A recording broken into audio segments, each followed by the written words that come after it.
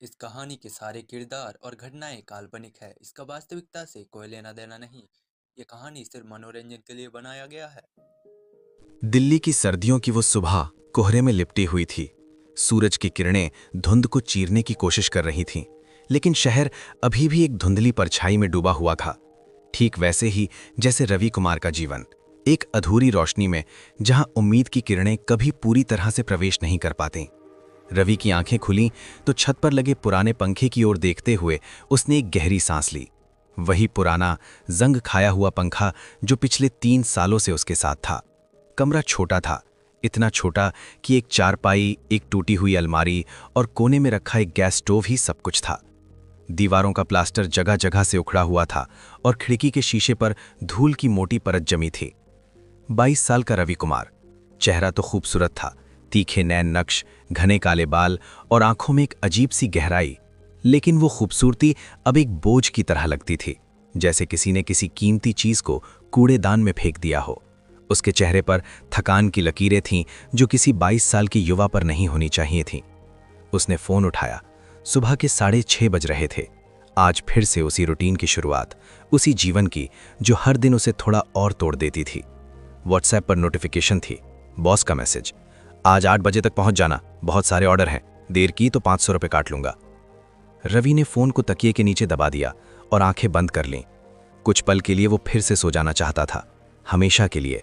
लेकिन पेट में भूख की हल्की सी टीस ने उसे याद दिला दिया कि कल रात उसने सिर्फ एक पराठा और चाय पी थी। खाने के लिए पैसे चाहिए और पैसों के लिए उस नौकरी की जरूरत थी जो उसे हर दिन थोड़ा और मार रही थी। रवि ने खुद को उठाया और छोटे से बाथरूम की ओर बढ़ा। नल से टपकता पानी ठंडा, बर्फ की तरह ठंडा। गीजर, वो तो 2 महीने पहले ही खराब हो गया था और मरम्मत के पैसे नहीं थे। उसने ठंडे पानी से मुंह धोया और शीशे में अपनी परछाई देखी। आंखों के नीचे काले घेरे, होठों पर सूखापन और चेहरे पर एक खोखलापन, जैसे कोई अंदर से खाली हो गया हो। तुम्हारे जैसा खूबसूरत लड़का इस हालत में, कभी उसकी माँ कहती थी। लेकिन माँ अब नहीं थी, पिताजी भी नहीं थे। 4 साल पहले एक कार एक्सीडेंट में दोनों एक साथ चले गए थे। उस दिन के बाद से रवि अकेला था, बिल्कुल अकेला। कोई चाचा, कोई मामा, कोई रिश्तेदार नहीं जो पूछता कि रवि तुम ठीक तो हो। उसने एक पुरानी टी शर्ट पहनी जिसका रंग धुलते धुलते फीका पड़ चुका था, और वो लाल जैकेट जिस पर क्विक बाइट डिलीवरी लिखा हुआ था। ये जैकेट उसकी पहचान थी, उसका यूनिफॉर्म और साथ ही उसकी जिल्लत का प्रतीक भी। बाहर निकलते ही सर्दी ने उसे चारों ओर से जकड़ लिया। कोहरा इतना घना था कि 10 कदम आगे कुछ दिखाई नहीं दे रहा था। रवि ने अपनी पुरानी बाइक की ओर देखा, एक हीरो होंडा स्प्लेंडर जो शायद उससे भी ज्यादा टूटी फूटी थी। बाइक का साइलेंसर ढीला हो गया था और हर बार जब वो चलती तो एक अजीब सी आवाज निकलती थी, जैसे कोई दर्द में चीख रहा हो। रवि ने बाइक स्टार्ट की। 2-3 बार किक मारने के बाद वो बड़ी मुश्किल से चालू हुई। उसने एक्सेलरेटर घुमाया और धुंध भरी सड़कों की ओर निकल पड़ा। रास्ते में हर तरफ लोग थे, कुछ ऑफिस जा रहे थे, कुछ बच्चे स्कूल की ओर भाग रहे थे और कुछ बुजुर्ग सुबह की सैर पर। सबके चेहरे पर एक उद्देश्य था, एक दिशा थी। लेकिन रवि, उसे लग रहा था जैसे वो सिर्फ भटक रहा है, बिना किसी मंजिल के, बिना किसी उम्मीद के। क्विक बाइट डिलीवरी का ऑफिस एक छोटी सी दुकान के ऊपर था, एक तंग गंदी जगह जहां लगभग 50 डिलीवरी बॉयज काम करते थे। रवि ने अपनी बाइक खड़ी की और सीढ़ियां चढ़ने लगा। हर सीढ़ी उसे भारी लग रही थी, जैसे कोई पत्थर बांधकर उसे नीचे खींच रहा हो। ऊपर पहुंचते ही उसे अपने बॉस शर्मा जी की आवाज सुनाई दी।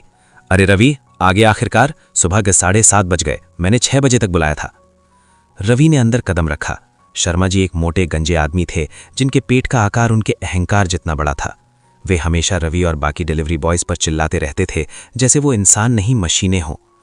सॉरी सर, बाइक स्टार्ट नहीं हो रही थी। बाइक बाइक की प्रॉब्लम हमेशा रहती है तुम्हारे साथ। तुम्हें पता है मुझे कितने डिलीवरी बॉयज मिल जाएंगे तुम्हारी जगह? सैकड़ों। अब जल्दी से ये लिस्ट लो और निकल जाओ। आज 35 ऑर्डर डिलीवर करने हैं। और सुनो, अगर एक भी कंप्लेंट आई तो 1000 रुपये काट लूंगा। रवि ने सिर झुकाकर लिस्ट ली। 35 ऑर्डर, सुबह 8 बजे से रात 9 बजे तक, बिना रुके, बिना थके। और अगर किसी कस्टमर ने शिकायत कर दी, चाहे डिलीवरी में देर हुई हो या नहीं, तो सारी गलती रवि की। पैसे कट जाएंगे और बॉस की गालियां अलग से मिलेंगी। पहला ऑर्डर था राजौरी गार्डन में एक फ्लैट। रवि ने जीपीएस खोला और निकल पड़ा। ट्रैफिक में फंसते हुए, लोगों से धक्के खाते हुए, धूल और धुएं में सांस लेते हुए वो वहां पहुंचा। फ्लैट का दरवाजा खोला एक आदमी ने, करीब 40 साल का, महंगे कपड़ों में। उसके हाथ में एक आईफोन था। ये लो आपके ऑर्डर। रवि ने पैकेज आगे बढ़ाया। आदमी ने पैकेज लिया और खोलकर देखा, फिर गुस्से से बोला, ये क्या है? मैंने एक्स्ट्रा चीज के साथ पिज्जा मंगाया था, ये तो नॉर्मल चीज है। सर मुझे नहीं पता, रेस्टोरेंट से जो दिया गया वही मैं लाया हूं। तो क्या मैं रेस्टोरेंट से बात करूं? तुम डिलीवरी बॉय हो ना, तुम्हें चेक करना चाहिए था।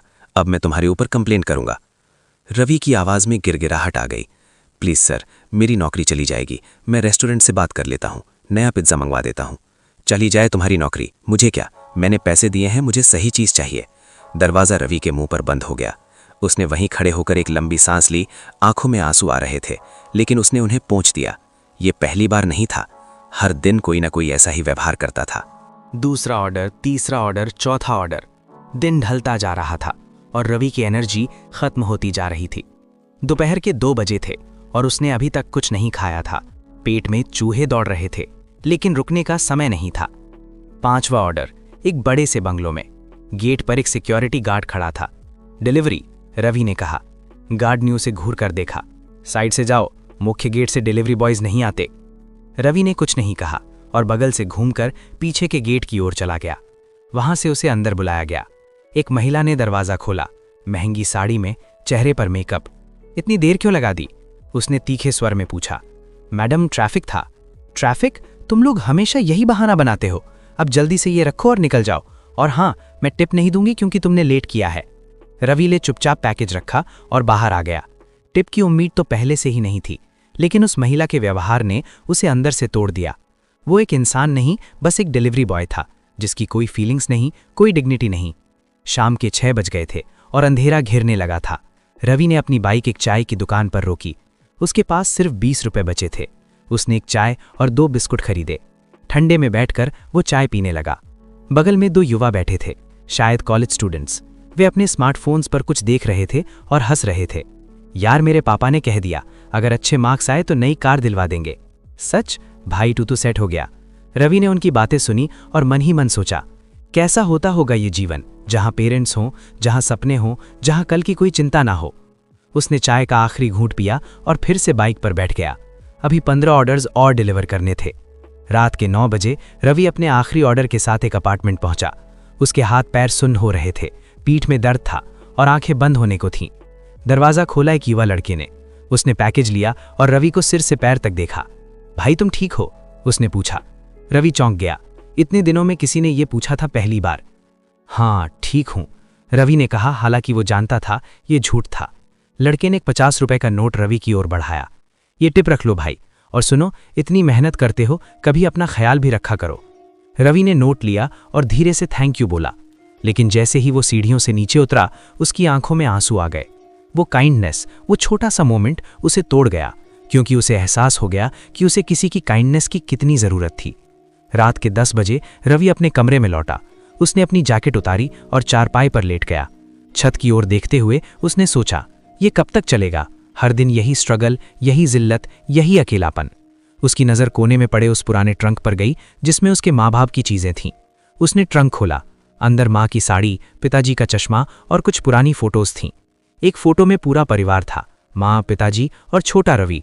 सब मुस्कुरा रहे थे। रवि ने उस फोटो को छाती से लगा लिया और फूट फूट कर रोने लगा। माँ, पापा, मैं नहीं कर पाऊंगा, मैं हार चुका हूं। लेकिन कमरे में सिर्फ उसकी सिसकियों की आवाज थी, कोई जवाब नहीं था। उस रात रवि को नींद नहीं आई। उसने सीलिंग फैन की ओर देखते हुए सोचा, अगर ये फैन गिर जाए तो, अगर सब कुछ खत्म हो जाए तो। लेकिन फिर वो सोच में पड़ गया, क्या मरने से सच में सब कुछ खत्म हो जाएगा, या फिर ये सिर्फ एक और हार होगी? वो उठा और खिड़की के पास खड़ा हो गया। बाहर सड़क पर कुछ लोग अभी भी चल रहे थे। एक बूढ़ा आदमी ठेला खींचते हुए जा रहा था। एक औरत अपने बच्चे को गोद में लिए फुटपाथ पर सो रही थी। रवि ने सोचा, मैं अकेला नहीं हूं जो स्ट्रगल कर रहा है, लाखों लोग हैं जो हर दिन लड़ रहे हैं। लेकिन ये सोच उसे तसल्ली नहीं दे सकी, क्योंकि दर्द तो फिर भी दर्द था, चाहे वो अकेले का हो या लाखों का। सुबह फिर से वही अलार्म, वही रूटीन, वही जीवन। रवि ने उठने की कोशिश की, लेकिन उसका शरीर जवाब दे रहा था। पैर दर्द से कराह रहे थे, पीठ अकड़ी हुई थी। फोन पर बॉस का मैसेज आ चुका था, आज 40 ऑर्डर्स हैं, जल्दी आओ। रवि ने फोन को दीवार पर दे मारा। स्क्रीन क्रैक हो गई, लेकिन उसे कोई फर्क नहीं पड़ा। वो फिर से लेट गया और आंखें बंद कर लीं। मैं नहीं कर सकता, मैं और नहीं कर सकता। लेकिन कहीं अंदर, बहुत गहराई में, एक छोटी सी आवाज थी जो अभी भी कह रही थी, उठो रवि, अभी हार मत मानो, अभी नहीं। क्या रवि इस आवाज को सुनेगा या फिर अंधेरे में डूब जाएगा? ये सवाल अभी बाकी था। अगले दिन की सुबह कुछ अलग थी। आसमान साफ था, धूप की किरणें खिड़की से अंदर आ रही थीं और पंछियों की चहचहाहट सुनाई दे रही थी। लेकिन रवि के लिए ये सुबह भी वैसी ही थी, बोझिल, थकी हुई और बेजान। उसने अपना टूटा हुआ फ़ोन उठाया। स्क्रीन के बीचों बीच एक बड़ी क्रैक थी, लेकिन फ़ोन अभी भी काम कर रहा था। बॉस का मैसेज चमक रहा था, सुबह 7 बजे से शुरुआत करो, आज ज़्यादा ऑर्डर्स हैं। रवि ने एक लंबी सांस ली। उसका शरीर अभी भी दर्द कर रहा था, लेकिन जीने के लिए काम करना ज़रूरी था।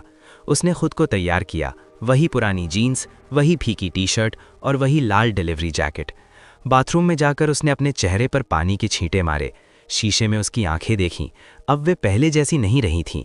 उनमें एक थकावट थी, एक उदासी जो शब्दों में बयान नहीं की जा सकती थी। सुबह के 7 बज चुके थे जब रवि अपनी बाइक लेकर निकला।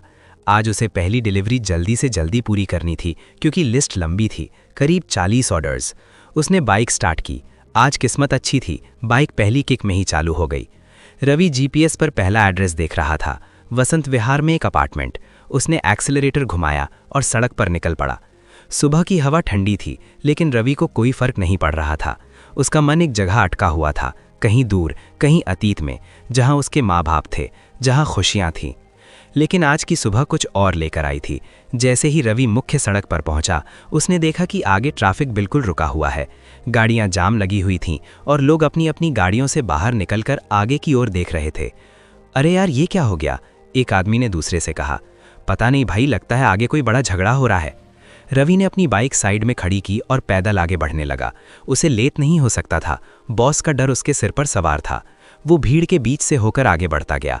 करीब 100 मीटर आगे सड़क के बीचों बीच एक नज़ारा था जो रवि ने पहले कभी नहीं देखा था। एक चमकदार महंगी वाइट BMW खड़ी थी, जिसके बोनट पर एक बड़ा स्क्रैच था, और उसके सामने एक पुरानी मारुति ऑल्टो खड़ी थी, जिसका भी बम्पर थोड़ा टूटा हुआ था। लेकिन असली ड्रामा तो बीच में हो रहा था। एक लड़की करीब 20-21 साल की अपनी BMW के पास खड़ी थी और एक मध्यम आयु के आदमी पर चिल्ला रही थी। लड़की के हाथों में डिज़ाइनर सनग्लासेस थे, जिसे वो गुस्से में हवा में लहरा रही थी। उसके बाल खुले हुए थे, चेहरे पर गुस्सा साफ झलक रहा था, और उसकी आवाज़ इतनी तेज़ थी कि आसपास की सारी आवाज़ें दब गई थीं। तुम्हें दिखता नहीं है क्या? अंधे हो क्या? लड़की चिल्लाई। मेरी गाड़ी को धक्का मार दिया तुमने। सामने खड़ा आदमी, जो शायद एक मिडिल क्लास फैमिली से था, परेशान लग रहा था। मैडम जी, मैं माफ़ी मांगता हूँ, गलती से ब्रेक फेल हो गया था। गलती? गलती? लड़की ने उसे बीच में ही रोक दिया। तुम्हारी गलती से मेरी 30 लाख की गाड़ी खराब हो गई। तुम्हें पता है स्क्रैच को ठीक करवाने में कितना खर्च आएगा? आदमी ने हाथ जोड़ दिए।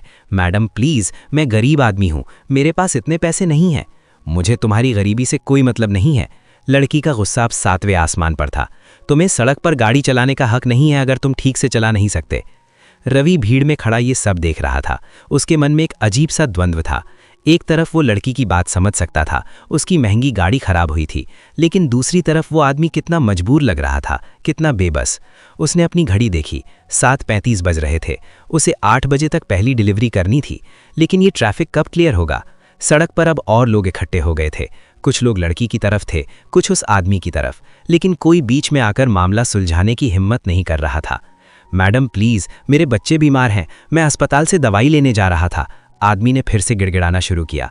मुझे कोई फर्क नहीं पड़ता। लड़की ने अपना फ़ोन निकाला। मैं अभी पुलिस को कॉल करती हूँ, तुम जेल जाओगे।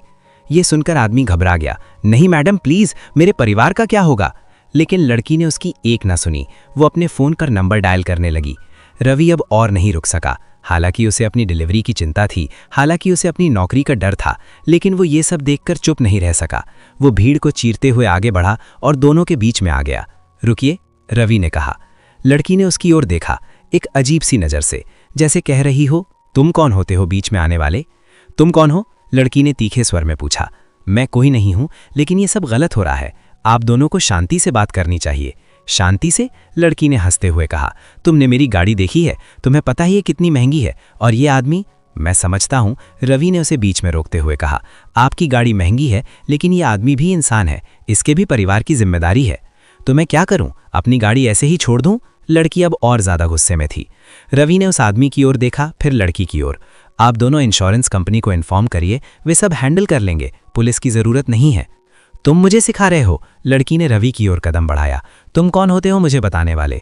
रवि ने अपनी आवाज़ शांत रखी। मैं सिर्फ मदद कर रहा हूँ, आप दोनों झगड़ते रहेंगे तो ट्रैफिक जाम बढ़ता रहेगा और किसी का भी फायदा नहीं होगा। तुम चुप रहो।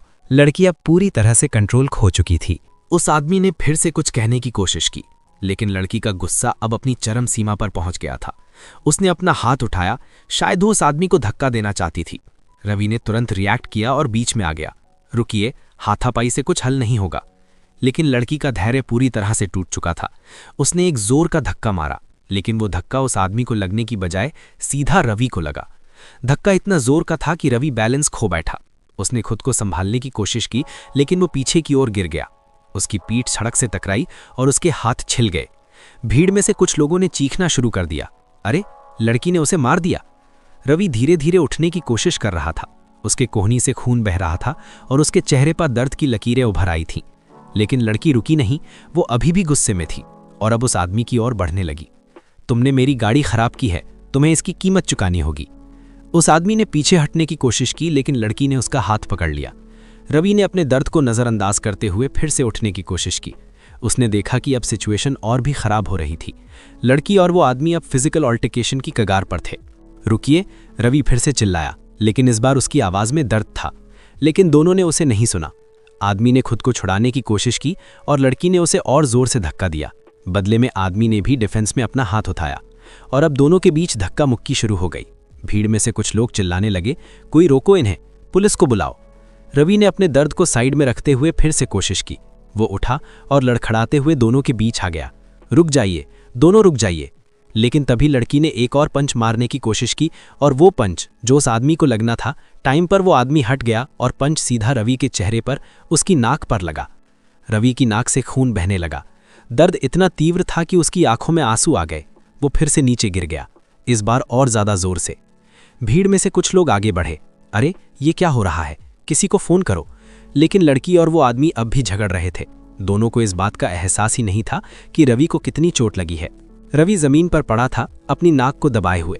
खून उसकी उंगलियों के बीच से रिस रहा था। उसके दिमाग में सिर्फ एक ही बात घूम रही थी, मुझे लेट हो रहा है, बॉस मेरी तनख्वाह काट देगा, मैं क्यों बीच में आया। तभी दूर से सायरन की आवाज आई। ट्रैफिक पुलिस की गाड़ी वहां पहुंची। 2 पुलिस ऑफिसर्स अपनी बाइक से उतरे और भीड़ को हटाते हुए आगे बढ़े। क्या हो रहा है यहाँ? एक ऑफिसर ने जोर से पूछा। लड़की और वो आदमी तुरंत रुक गए। लड़की ने अपने बाल ठीक किए और ऑफिसर की ओर मुड़ी। सर, इस आदमी ने मेरी गाड़ी को टक्कर मार दी और आप दोनों सड़क पर लड़ रहे थे, ऑफिसर ने गुस्से में कहा। आपको पता नहीं है कि इससे कितनी ट्रैफिक जाम हो रही है? दूसरे ऑफिसर ने रवि को देखा, जो अभी भी जमीन पर पड़ा था। ये कौन है, इसे चोट कैसे लगी? भीड़ में से एक आदमी बोला, सर, ये लड़का दोनों को अलग करने की कोशिश कर रहा था, लेकिन इन्होंने इसे मार दिया। ऑफिसर ने लड़की की ओर देखा। आपने इसे मारा? लड़की थोड़ी घबरा गई। मैंने गलती से, मेरा मतलब नहीं था। चलिए थाने चलिए, ऑफिसर ने स्ट्रिक्ट टोन में कहा। नहीं सर, प्लीज, मैं। लड़की ने प्रोटेस्ट करना शुरू किया, लेकिन ऑफिसर ने उसे रोक दिया। पहले ऑफिसर ने रवि को उठाने में मदद की। तुम ठीक हो? रवि ने धीरे से हाँ में सिर हिलाया, हालांकि उसकी नाक अभी भी दर्द से सूजी रही थी। मैं ठीक हूँ। तुम्हें हॉस्पिटल जाना चाहिए, ऑफिसर ने कहा। नहीं सर, मुझे डिलीवरी करनी है, मुझे लेट हो रहा है, रवि ने कहा। ऑफिसर ने उसे सिंपैथेटिक नज़रों से देखा। पहले अपनी हेल्थ देखो बेटा। अगले कुछ मिनटों में पुलिस ने दोनों, लड़की और उस आदमी को अपनी गाड़ियों के साथ एक साइड में खड़ा कर दिया। ट्रैफिक धीरे धीरे क्लियर होने लगा। लोग अपनी अपनी गाड़ियों में बैठकर आगे बढ़ने लगे। रवि अपनी बाइक के पास खड़ा था, अपनी नाक को एक पुराने हैंकरचिफ से दबाए हुए। खून तो रुक गया था, लेकिन नाक सूज गई थी और दर्द कर रही थी। उसने अपनी घड़ी देखी, 8:15 हो गए थे। पहली डिलीवरी लेट हो चुकी थी। बॉस का फोन आना शुरू हो गया होगा। रवि ने एक लंबी सांस ली। उसे अपनी हालत पर हंसी आ रही थी। मैं दूसरों को बचाने गया और खुद मर गया, उसने मन ही मन सोचा। लेकिन इससे क्या फर्क पड़ता था? ये तो उसकी जिंदगी का सच था, हमेशा दूसरों के लिए लड़ना और खुद पिटते रहना। उसने बाइक स्टार्ट की और अपनी पहली डिलीवरी की ओर निकल पड़ा। दिन बीतता गया। रवि ने एक के बाद एक डिलीवरीज की। हर डिलीवरी के बाद उसकी नाक और ज्यादा दर्द कर रही थी, लेकिन वो रुक नहीं सकता था। बॉस ने कई बार फोन किया और गालियां दी। तुम इतने लेट क्यों हो? मैं तुम्हारे पैसे काट लूंगा। रवि ने कुछ नहीं कहा, वो बस सुनता रहा और अपना काम करता रहा। दोपहर के 3 बजे रवि ने एक चाय की दुकान पर रुककर अपनी नाक देखी। वो काफी सूज गई थी और छूने पर दर्द हो रहा था। दुकान वाले ने उसे देखा। क्या हुआ भाई, लड़ाई हो गई क्या? रवि ने हल्की सी मुस्कान दी। कुछ नहीं, बस गलत जगह पर गलत टाइम पर था। दुकान वाले ने उसे एक गिलास पानी दिया। ख्याल रखना अपना। रवि ने पानी पिया और फिर से निकल पड़ा। शाम के 7 बजे रवि अपनी आखिरी डिलीवरी के लिए निकला। एड्रेस था एक बड़ी हवेली, साउथ दिल्ली के एलीट एरिया में। रवि ने जीपीएस फॉलो किया और वहां पहुंचा।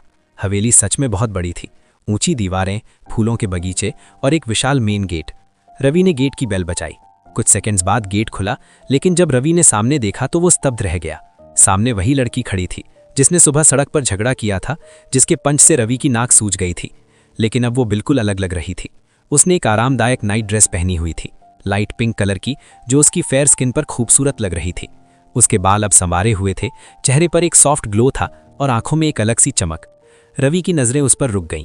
वो इतनी खूबसूरत लग रही थी कि एक पल के लिए रवि भूल गया कि उसे क्या हुआ था। लड़की ने भी रवि को देखा। पहले तो उसे पहचान नहीं आया, लेकिन फिर उसकी नज़र रवि की सूजी हुई नाक पर गई। तुम वो हो? लड़की ने चौंकते हुए कहा। सुबह सड़क पर? रवि ने कुछ नहीं कहा। वो बस खड़ा रहा, डिलीवरी का पैकेज हाथ में लिए। लड़की की आंखों में पहचान की एक चिंगारी उभरी और फिर वो हंसने लगी। ओ माय गॉड, तुम्हारी नाक इतनी सूज गई है। वो हंसती रही। रवि को गुस्सा आया, लेकिन उसने अपने आप को कंट्रोल किया। ये आपका ऑर्डर है, उसने धीरे से कहा। लड़की ने उसे देखा और फिर उसकी हंसी धीरे धीरे बंद हो गई। उसे एहसास हुआ कि रवि की हालत कितनी खराब है।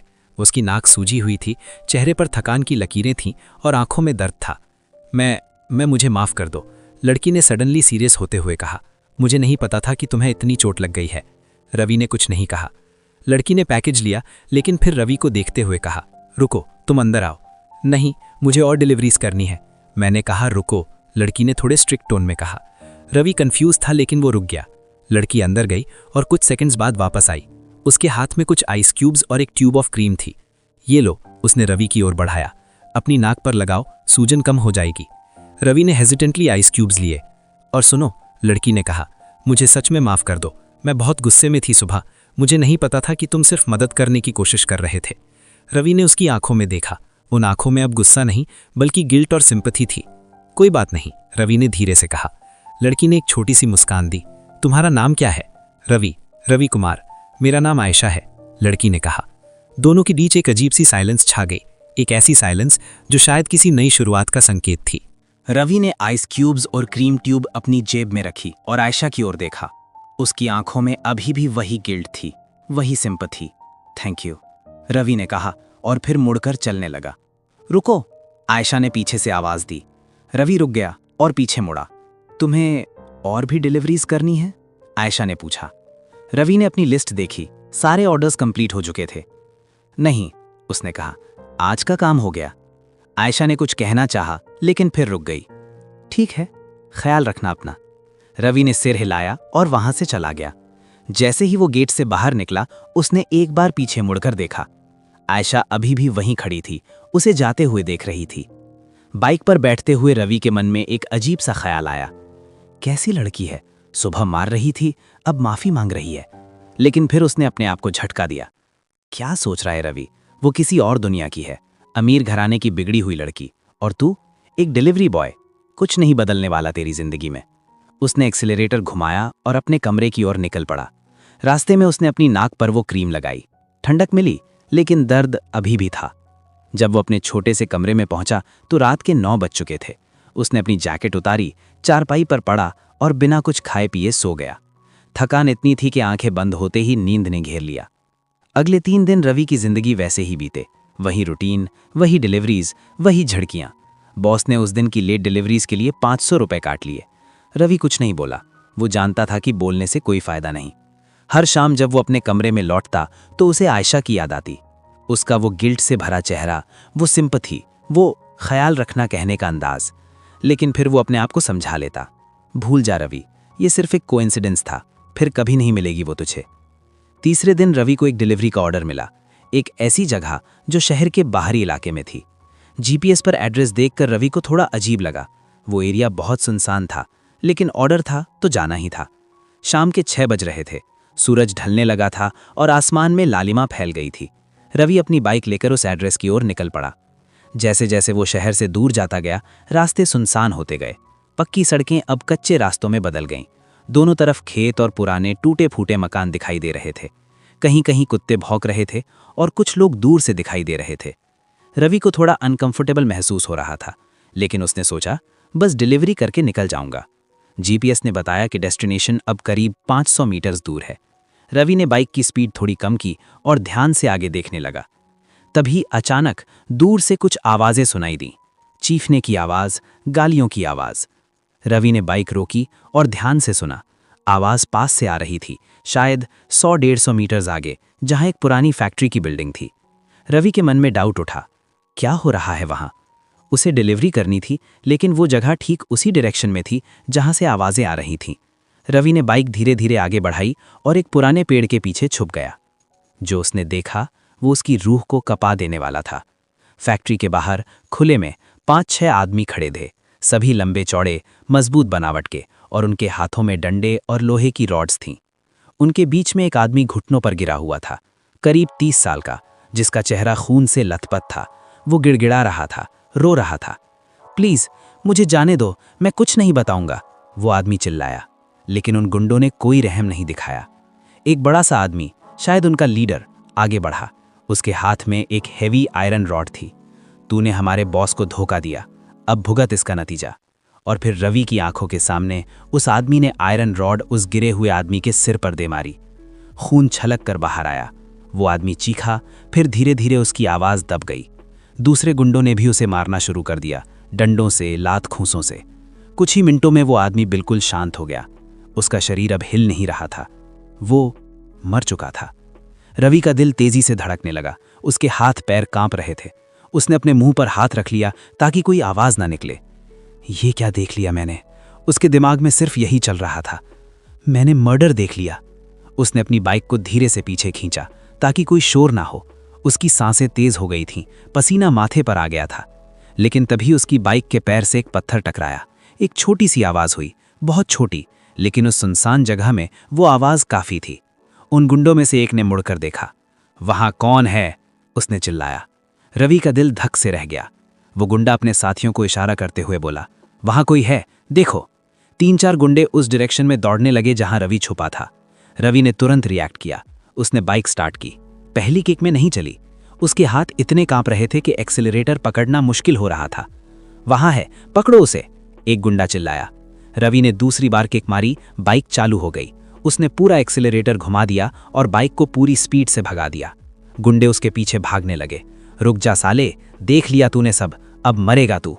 रवि पीछे मुड़कर देख रहा था। वे लोग तेजी से भाग रहे थे, लेकिन बाइक की स्पीड ज्यादा थी। धीरे धीरे वे पीछे छूटने लगे। लेकिन तभी रवि ने देखा कि उनमें से एक गुंडे के हाथ में फोन था और वो किसी को कॉल कर रहा था। बॉस, एक लड़का देख गया सब, रेड जैकेट में है, डिलीवरी बॉय लग रहा है, बाइक पर भाग रहा है। रवि ने पूरी ताकत से बाइक चलाई। उसके दिमाग में सिर्फ एक ही बात थी, बचना है, जान बचानी है। वो मुख्य सड़क पर पहुंचा और फिर शहर की ओर मुड़ गया। उसने पीछे देखा, कोई नहीं था, लेकिन उसे पता था कि ये खत्म नहीं हुआ है। उन लोगों ने उसे देख लिया था और वे उसे ढूंढेंगे। रवि की सांसें अभी भी तेज थीं। उसका पूरा शरीर पसीने से भीग गया था। हाथ इतने कांप रहे थे कि बाइक हैंडल करना मुश्किल हो रहा था। वो एक बिजी मार्केट के पास रुका और बाइक खड़ी की। वो सीट पर ही बैठ गया, अपना सिर हाथों में लेकर। क्या हो गया मेरे साथ? क्या देख लिया मैंने? उसने खुद से कहा। कुछ मिनट बाद जब थोड़ा कंट्रोल आया तो रवि ने अपना फोन निकाला। उसने सोचा, पुलिस को कॉल करूं, लेकिन अगर वे लोग पता लगा ले कि मैंने कंप्लेन की है तो। उसके दिमाग में एक और ख्याल आया, अगर पुलिस को कॉल करूंगा तो मुझे केस में फंसा देंगे, कोर्ट, स्टेटमेंट्स, सब कुछ, और फिर मेरी नौकरी, मेरा खाना पीना। रवि कंफ्यूजन में था, वो नहीं जानता था कि क्या करे। तभी उसके फ़ोन पर बॉस का मैसेज आया, रवि वो डिलीवरी कहाँ है, कस्टमर वेट कर रहा है। रवि को याद आया, वो डिलीवरी, वो तो वहीं छोड़ आया था उस फैक्ट्री के पास। पैकेज अभी भी उसकी बाइक में था। उसने तुरंत बॉस को रिप्लाई किया, सर बाइक खराब हो गई थी, अभी डिलीवरी करता हूँ।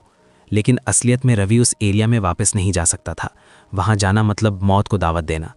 रवि ने अपनी बाइक फिर से स्टार्ट की और एक अलग रास्ते से शहर की ओर चला गया।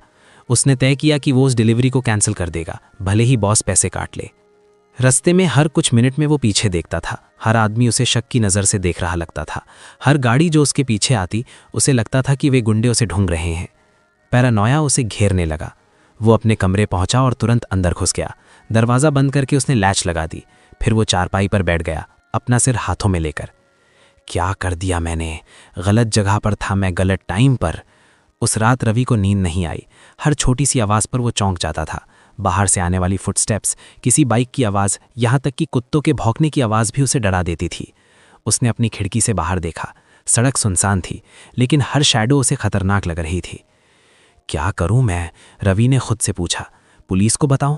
लेकिन अगर वे लोग मुझे ढूंढ ले तो? और अगर पुलिस ने मेरी बात नहीं मानी तो? अगर वे कहें कि मेरे पास कोई प्रूफ नहीं है तो? रवि के मन में 1000 सवाल उठ रहे थे, लेकिन कोई जवाब नहीं था। अगली सुबह रवि ने ऑफिस जाने का साहस नहीं किया। उसने बॉस को मैसेज किया कि वो बीमार है। बॉस ने गालियों के साथ रिप्लाई किया, लेकिन रवि ने इग्नोर कर दिया। वो पूरा दिन अपने कमरे में रहा, बाहर नहीं निकला, खाना भी नहीं खाया, बस अपने फ़ोन पर न्यूज़ देखता रहा, कहीं उस मर्डर की खबर तो नहीं आई। लेकिन कुछ नहीं आया, न टीवी पर न न्यूज़पेपर्स में, जैसे वो मर्डर हुआ ही नहीं। रवि को समझ आ गया, ये ऑर्गेनाइज्ड क्राइम है। इन लोगों के कनेक्शंस हैं पुलिस में, मीडिया में, हर जगह। और ये एहसास उसे और ज़्यादा डरा गया। दूसरे दिन रवि को फिर से बॉस का कॉल आया। रवि, तुम कब आ रहे हो? अगर कल तक नहीं आए तो नौकरी से निकाल दूंगा। रवि ने सोचा, अगर नौकरी चली गई तो मैं खाऊंगा क्या, किराया कैसे दूंगा? लेकिन फिर दूसरा ख्याल आया, अगर वे गुंडे मुझे ढूंढ ले तो? अगर वे मुझे मार दे तो? रवि 2 रस्तों के बीच फंस गया था। एक तरफ भूख और गरीबी, दूसरी तरफ मौत का खतरा। उसने अपनी माँ की फोटो उठाई, आंखों में आंसू आ गए। माँ, मुझे बताओ मैं क्या करूं, किधर जाऊं? लेकिन फोटो चुप थी, कोई जवाब नहीं था। तीसरे दिन रवि ने हिम्मत करके बाहर निकलने का फैसला किया। उसने सोचा कि अगर वो छुपता रहा तो उसकी ज़िंदगी वैसे भी खत्म हो जाएगी, भूख से मर जाएगा। उसने अपनी बाइक निकाली, लेकिन इस बार उसने अपनी रेड डिलीवरी जैकेट नहीं पहनी। उसने एक पुरानी ब्लैक जैकेट पहनी और एक कैप भी लगाई ताकि पहचान ना आए। वो धीरे धीरे सड़क पर निकला। हर कदम पर डर लग रहा था। हर आने वाली गाड़ी, हर आदमी को वो शक की नज़र से देख रहा था। वो एक चाय की दुकान पर रुका और एक चाय ली। हाथ अभी भी काँप रहे थे। चाय का ग्लास ठीक से पकड़ना मुश्किल हो रहा था। दुकान वाले ने देखा। क्या हुआ भाई, तबीयत ठीक नहीं है क्या? हाँ, बस थोड़ा बुखार है, रवि ने झूठ बोला। तभी उसी चाय की दुकान के पास एक काली स्कॉर्पियो रुकी। उसमें से 3 आदमी निकले, लंबे, मजबूत बनावट के, काले सनग्लासेस पहने हुए। रवि की सांस रुक गई। ये वही लोग हैं। उसने तुरंत अपनी कैप नीचे खींची और चाय का ग्लास रखकर उठने की कोशिश की, लेकिन उनमें से एक आदमी ने उसकी ओर देखा, एक लंबी ठंडी नज़र। रवि का दिल धड़कना बंद हो गया। क्या उसने मुझे पहचान लिया? वो धीरे धीरे रवि की ओर चलने लगा। रवि ने तुरंत अपनी बाइक की ओर भागने का सोचा, लेकिन तभी उस आदमी का फ़ोन बज गया। उसने फ़ोन उठाया और किसी से बात करने लगा। रवि ने इस मौके का फ़ायदा उठाया। वो धीरे धीरे बाइक की ओर बढ़ा, उसे स्टार्ट किया और वहाँ से निकल गया। जैसे ही वो 100 मीटर दूर गया, उसने पीछे देखा। वे तीनों आदमी अभी भी वहाँ खड़े थे, लेकिन अब उन्होंने उसकी ओर ध्यान नहीं दिया। बच गया, फिर से बच गया। रवि ने राहत की सांस ली। लेकिन रवि जानता था कि ये बचाव टेम्पररी है। वे लोग उसे ढूंढ रहे हैं और जल्द या देर वे उसे मिल ही जाएंगे। उसे एक डिसीजन लेना था, या तो पुलिस के पास जाए और सब कुछ बता दे, या फिर शहर छोड़कर कहीं दूर भाग जाए। लेकिन दोनों ऑप्शंस में रिस्क थे। पुलिस के पास जाने का मतलब था केस में फंसना, और फिर प्रोटेक्शन की कोई गारंटी नहीं। शहर छोड़ने का मतलब था अपनी नौकरी, अपना कमरा, सब कुछ छोड़ देना। और कहाँ जाए, किसके पास? रवि एक बार फिर उसी क्रॉस रोड पर खड़ा था, जहां कोई रास्ता सही नहीं लग रहा था। वो अपने कमरे में वापस आया और दरवाज़ा बंद कर लिया। मैं क्या करूं? कोई है जो मुझे बता सके? और उस सुनसान कमरे में रवि एक बार फिर बिल्कुल अकेला था, अकेला और डरा हुआ। रवि अपने कमरे में बैठा था। चारों तरफ अंधेरा घिर चुका था। बाहर की सड़क पर गाड़ियों की आवाज़ें आ रही थीं, लेकिन उसके कमरे में सिर्फ सन्नाटा था, एक भारी दम घोंटू सन्नाटा। उसने अपनी जेब से पैसे निकाले और गिने। सिर्फ 80 रुपए बचे थे। कल से उसने खाना नहीं खाया था और अब पेट में चूहे दौड़ रहे थे, लेकिन डर इतना था कि भूख भी गायब हो गई थी। वो उठा और खिड़की के पास गया। बाहर का नज़ारा देखा। लोग अपनी अपनी जिंदगी में व्यस्त थे, किसी को किसी की परवाह नहीं। रवि ने सोचा, अगर मैं आज यहाँ मर भी जाऊं तो किसे फर्क पड़ेगा। उसकी नज़र फिर से उस पुराने ट्रंक पर गई जहाँ माँ बाप की चीज़ें रखी थीं। उसने ट्रंक खोला और माँ की एक पुरानी साड़ी निकाली। उसे अपने चेहरे से लगाया। उस साड़ी में अभी भी माँ की खुशबू थी। माँ, रवि की आवाज़ भर आई। मुझे समझ नहीं आ रहा मैं क्या करूं, किधर जाऊं? और फिर उस सुनसान कमरे में रवि ने अपने हाथ जोड़ लिए। उसने ऊपर की ओर देखा, छत की ओर, या शायद उससे भी ऊपर कहीं आसमान में। भगवान, अगर तुम हो तो मेरी सुनो। मैं हार गया हूं, मैं थक गया हूं, मेरे पास कोई रास्ता नहीं बचा। अब तुम ही संभालो, जो होना है हो जाए। ये पहली बार था जब रवि ने इतनी सच्चाई से, इतनी डेस्परेटली भगवान से बात की थी। उसकी आंखों में आंसू थे, आवाज़ कांप रही थी और दिल टूट चुका था। उसने हाथ जोड़े रखे और कुछ पल वैसे ही खड़ा रहा, फिर धीरे धीरे बैठ गया, चारपाई पर सिर टिकाकर आंखें बंद कर लीं। अगली सुबह रवि की आंख देर से खुली। धूप की किरणें खिड़की से अंदर आ रही थी और बाहर पंछियों की चहचहाट सुनाई दे रही थी। एक पल के लिए रवि को लगा कि सब कुछ सामान्य है, लेकिन फिर उसे याद आया वो मर्डर, वे गुंडे और वो खतरा जो अभी भी उसके सिर पर मंडरा रहा था। उसने अपना फोन उठाया। दोपहर के 12 बज चुके थे। बॉस के 15 मिस्ड कॉल्स थे और कई गालियों से भरे मैसेजेस। रवि, तू आएगा या नहीं? आज तक नहीं आया तो नौकरी से निकाल दूंगा। रवि ने फोन को एक तरफ रख दिया। नौकरी? अब उसे नौकरी की भी परवाह नहीं रह गई थी। जिंदगी ही खतरे में थी तो नौकरी का क्या करना। लेकिन पेट में भूख की टीस ने उसे याद दिला दिया कि उसे कुछ खाना होगा। उसने अपनी जेब देखी, अभी भी वही 80 रुपए। उसने सोचा चलो कुछ खा लेता हूं। रवि ने अपनी ब्लैक जैकेट पहनी, कैप लगाई और बाहर निकल गया। वो धीरे धीरे सड़क पर चल रहा था, बिना किसी डायरेक्शन के, बिना किसी उम्मीद के, हर आदमी से नजरें बचाते हुए, हर गाड़ी से डरते हुए। वो एक छोटी सी दुकान के पास रुका और एक समोसा खरीदा, 20 रुपए का। समोसा हाथ में लेकर वो एक पेड़ की छांव में बैठ गया और खाने लगा। समोसा ठंडा हो चुका था, लेकिन भूख इतनी थी कि स्वाद की परवाह नहीं थी। खाते खाते उसकी नज़र सामने एक बड़े से पोस्टर पर पड़ी। पोस्टर पर लिखा था, हर परेशानी का हल है भगवान के चरणों में, आओ मंदिर में शांति पाओ। रवि ने पोस्टर को देखा और एक कड़वी मुस्कान आई। भगवान के चरण, शांति, क्या सच में? लेकिन फिर उसे कल रात की अपनी प्रार्थना याद आई। उसने भगवान से कहा था, अब तुम ही संभालो। समोसा खत्म करके रवि फिर से चलने लगा। वो बिना सोचे समझे बस चलता जा रहा था, जैसे कोई रोबोट हो। कोई डायरेक्शन नहीं, कोई प्लान नहीं। आधे घंटे बाद वो एक पुराने इलाके में पहुंच गया। सड़क के किनारे छोटे छोटे मकान थे और दूर से एक मंदिर की घंटियों की आवाज आ रही थी। रवि उस घंटियों की ओर चल पड़ा। कुछ कदम चलने पर उसे एक बड़ा सा मंदिर दिखाई दिया, पुराना लेकिन सुंदर। मंदिर के बाहर काफी भीड़ थी, लोग अंदर जा रहे थे और बाहर आ रहे थे। तभी एक पुजारी ने बाहर आकर अनाउंस किया, भाइयों और बहनों, दोपहर का प्रसाद वितरण शुरू हो रहा है, कृपया लाइन में खड़े हो जाइए। रवि ने देखा कि कई लोग, ज्यादातर गरीब बेसहारा, लाइन में खड़े हो रहे हैं। कुछ बूढ़े लोग थे, कुछ बच्चे और कुछ रवि जैसे युवा। रवि को थोड़ा संकोच हुआ, लेकिन भूख की टीस ने उसे आगे बढ़ा दिया। वो भी लाइन में खड़ा हो गया। कुछ मिनटों में रवि की बारी आई। एक पुजारी ने उसे एक पत्तल में गरम गरम खिचड़ी, सब्जी और एक रोटी दी। भगवान का प्रसाद है बेटा, बैठकर खाओ, पुजारी ने मुस्कुराते हुए कहा। रवि ने पत्तल ली और मंदिर के एक कोने में बैठ गया। उसने पहला निवाला मुंह में रखा। खाना सादा था, लेकिन गर्म और स्वादिष्ट। रवि को नहीं पता था कि खाने में इतना सुकून मिल सकता है। खाते खाते उसकी आंखों में आंसू आ गए। ये खाना सिर्फ खाना नहीं था, ये एक राहत थी, एक सहारा, एक एहसास कि अभी भी कोई है जो उसकी परवाह करता है। जब वो खाना खत्म कर चुका तो उसने मंदिर के अंदर झांका। भगवान की मूर्ति सामने थी, दीपकों की रोशनी में चमक रही थी। भक्त लोग हाथ जोड़े खड़े थे, आंखें बंद किए प्रार्थना कर रहे थे। रवि धीरे धीरे अंदर गया।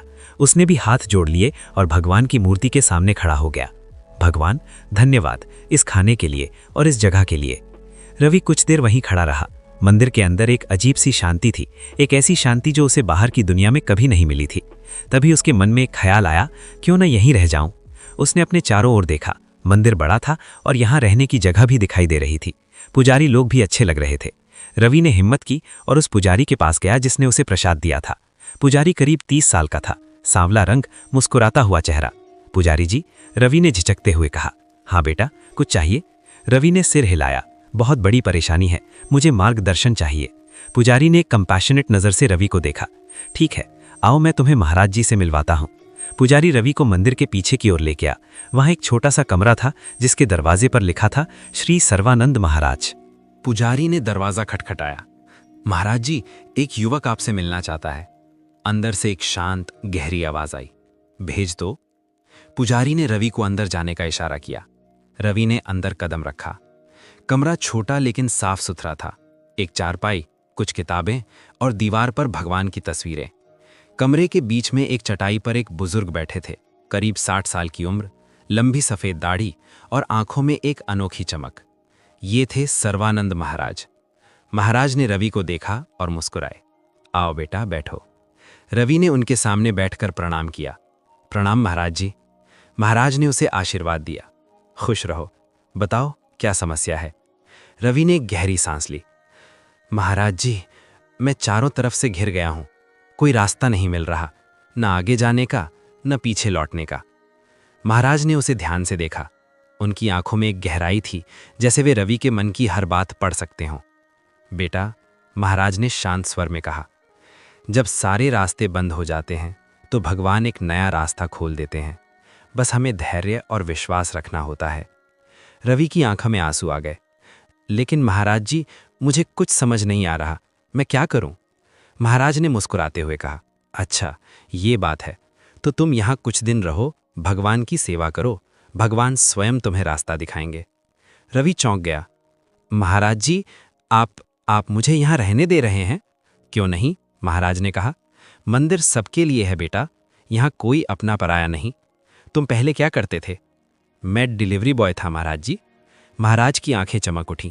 बहुत अच्छा, तो फिर तुम हमारे काम आ सकते हो। महाराज ने दरवाज़ा खोला और उस पुजारी को बुलाया। शर्वेश।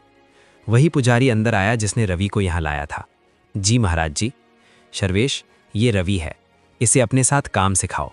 मंदिर की ज़रूरत का सामान, फूल, दूध, तेल जो भी चाहिए अब से ये लाया करेगा। इसे डिलीवरी का एक्सपीरियंस है। शर्वेश ने रवि की ओर देखा और मुस्कुराया। ठीक है महाराज जी।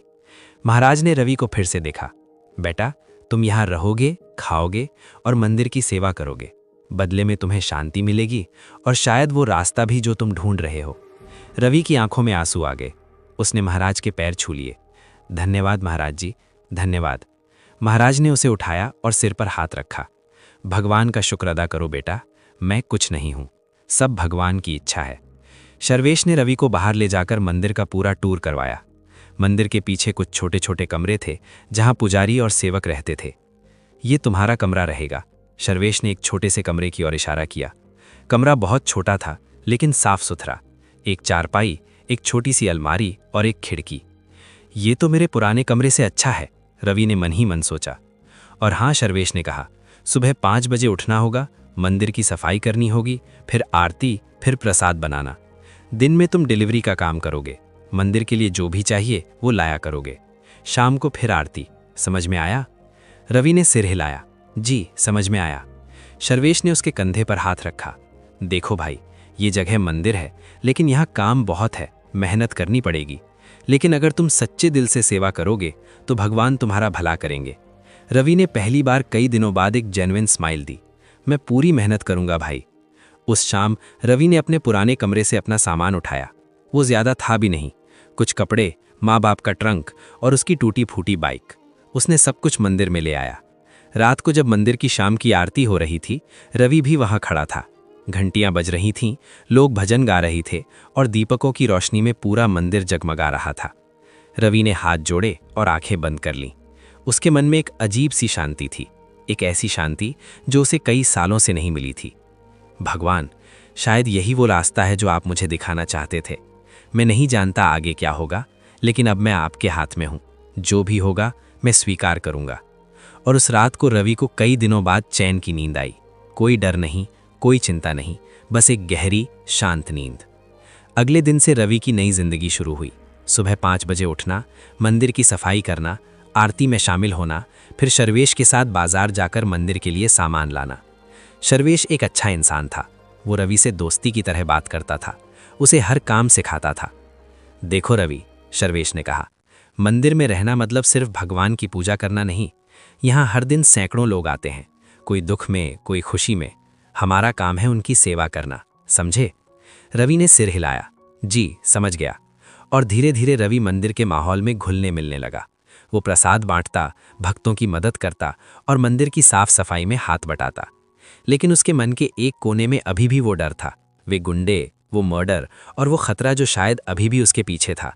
लेकिन यहाँ मंदिर की दीवारों के अंदर रवि को थोड़ी सी सुरक्षा का एहसास होता था, जैसे भगवान ने उसे अपने आंचल में छुपा लिया हो। मंदिर में रहते हुए रवि को 2 हफ्ते बीत गए थे। ये 2 हफ्ते उसकी जिंदगी के सबसे शांत दिन थे। हर सुबह 5 बजे उठना, मंदिर की सफाई करना, आरती में शामिल होना, फिर सर्वेश के साथ बाजार जाकर सामान लाना, दिन भर मंदिर की सेवा करना और रात को भगवान के सामने हाथ जोड़कर सो जाना। रवि का चेहरा पहले से अलग लग रहा था। आंखों के नीचे के काले घेरे कम हो गए थे, चेहरे पर एक हल्की सी चमक आ गई थी। और सबसे बड़ी बात, वो डर, वो पैरानोया जो उसे हर समय घेरे रहता था, अब कम होने लगा था। महाराज जी ने उसे कई बार बुलाकर बातें की थी। बेटा, जिंदगी में हर मुश्किल एक सबक लेकर आती है। समझदार वो है जो उस सबक को सीख ले। रवि ने धीरे धीरे महाराज जी की बातों को समझना शुरू किया था। वो अब मेडिटेशन भी करने लगा था और मंदिर के पुराने ग्रंथों को पढ़ने की कोशिश करता था। सर्वेश उसका अच्छा दोस्त बन गया था। देखो रवि, सर्वेश ने एक दिन कहा, तुम्हारे अंदर कुछ खास है, मैं देख सकता हूं। बस तुम्हें अपने आप पर विश्वास करना सीखना होगा। रवि मुस्कुराया था। मुझ में क्या खास है भाई, मैं तो बस एक टूटा हुआ इंसान हूं। अभी टूटे हो, सर्वेश ने कहा, लेकिन टूटने के बाद ही फिर से जुड़ा जा सकता है, और ज्यादा मजबूती से। उस दिन सुबह भी वैसी ही थी। रवि मंदिर के बाहर झाड़ू लगा रहा था। सूरज अभी अभी निकला था और धूप की हल्की किरणें मंदिर के पत्थरों पर पड़ रही थी। तभी दूर से एक गाड़ी की आवाज आई। रवि ने मुड़कर देखा, और जो उसने देखा वो उसे हैरान कर गया। एक सफेद रंग की कार धीरे धीरे मंदिर की ओर आ रही थी। लेकिन ये कोई साधारण कार नहीं थी, ये एक रोल्स रॉयस फैंटम थी, दुनिया की सबसे महंगी कारों में से एक। रवि ने ऐसी गाड़ियां सिर्फ रील्स में देखी थी, मैगजीन्स में देखी थी, लेकिन असल जिंदगी में ये पहली बार था। गाड़ी मंदिर के गेट के पास रुकी। ड्राइवर ने बाहर निकलकर पीछे का दरवाज़ा खोला और उसमें से एक आदमी निकला, करीब 50-55 साल का, लेकिन देखने में बेहद डैशिंग। वो आदमी परफेक्टली टेलर्ड सूट पहने हुए था, ग्रे कलर का, जिस पर सफ़ेद रंग की शर्ट और एक एलिगेंट टाई। उसके बाल सफ़ेद हो चुके थे, लेकिन वे बड़े ही स्टाइलिश तरीके से सेट किए गए थे। उसकी आंखों में एक तेज थी, चेहरे पर कॉन्फिडेंस था, और पूरी पर्सनैलिटी से एक रॉयल ऑरा निकल रहा था। रवि झाड़ू पकड़े खड़ा रह गया। उसने ऐसी पर्सनैलिटी पहले कभी नहीं देखी थी। वो आदमी धीरे धीरे मंदिर की ओर चला। उसके पीछे पीछे एक असिस्टेंट था जो कुछ फाइल्स लिए हुए था। मंदिर के मुख्य पुजारी, जो काफी बुजुर्ग थे, तुरंत बाहर निकले और उस आदमी का स्वागत किया। आइए रजत साहब, आइए, पुजारी ने हाथ जोड़ते हुए कहा। प्रणाम पंडित जी, उस आदमी ने विनम्रता से जवाब दिया। रवि अपनी जगह पर खड़ा सब कुछ देख रहा था। तभी सर्वेश उसके पास आया। देख रहे हो, सर्वेश ने कहा। हाँ, ये कौन है? रवि ने पूछा। ये रजत अग्निहोत्री है, हमारे मंदिर के ट्रस्टी हैं, बहुत बड़े बिजनेसमैन हैं, कई कंपनीज के मालिक हैं, दूसरे कंट्रीज में भी उनका बिजनेस है, लेकिन बहुत अच्छे इंसान हैं। हर महीने मंदिर में आते हैं और बहुत दान देते हैं। रवि हक्का बक्का रह गया। इतने बड़े आदमी और इतनी विनम्रता। हाँ, सर्वेश ने कहा, असली अमीरी यही है रवि, पैसे से नहीं, दिल से नापी जाती है। रजत अग्निहोत्री मंदिर के अंदर गए। पुजारी उन्हें सीधे महाराज जी के कमरे में ले गए। रवि ने अपना काम जारी रखा, लेकिन उसका मन उस आदमी के बारे में ही सोच रहा था। कैसा होगा ऐसी जिंदगी, इतना पैसा, इतनी शोहरत, फिर भी इतनी ह्यूमिलिटी। करीब आधे घंटे बाद एक पुजारी ने रवि को बुलाया। रवि, महाराज जी तुम्हें बुला रहे हैं। रवि चौंक गया। मुझे? क्यों? पता नहीं, जल्दी जाओ। रवि ने अपने हाथ मुंह धोए, अपने कपड़े झाड़े और महाराज जी के कमरे की ओर चल पड़ा। दरवाजे पर पहुंचकर उसने नॉक किया। आओ, महाराज जी की आवाज आई। रवि अंदर आया और दोनों को प्रणाम किया। रजत अग्निहोत्री ने उसे बड़े ध्यान से देखा, उसके चेहरे को, उसकी बॉडी लैंग्वेज को, उसकी आंखों को। रवि बेटा, ये रजत अग्निहोत्री है, मेरे बेटा जैसे हैं। फिर महाराज जी ने रजत की ओर देखा। और रजत बेटा, ये रवि है, हमारे साथ रहता है। तुमने जो काम के बारे में बताया था उसके लिए ये बिल्कुल सही है। रवि को कुछ समझ नहीं आया। कौन सा काम? रजत अग्निहोत्री ने रवि को फिर से देखा। उनकी नज़रों में एक असेसमेंट थी, जैसे वे रवि को पूरी तरह से स्कैन कर रहे हों। फिर रजत ने बोलना शुरू किया। उनकी आवाज़ गहरी और अथॉरिटेटिव थी, लेकिन साथ ही पोलाइट भी।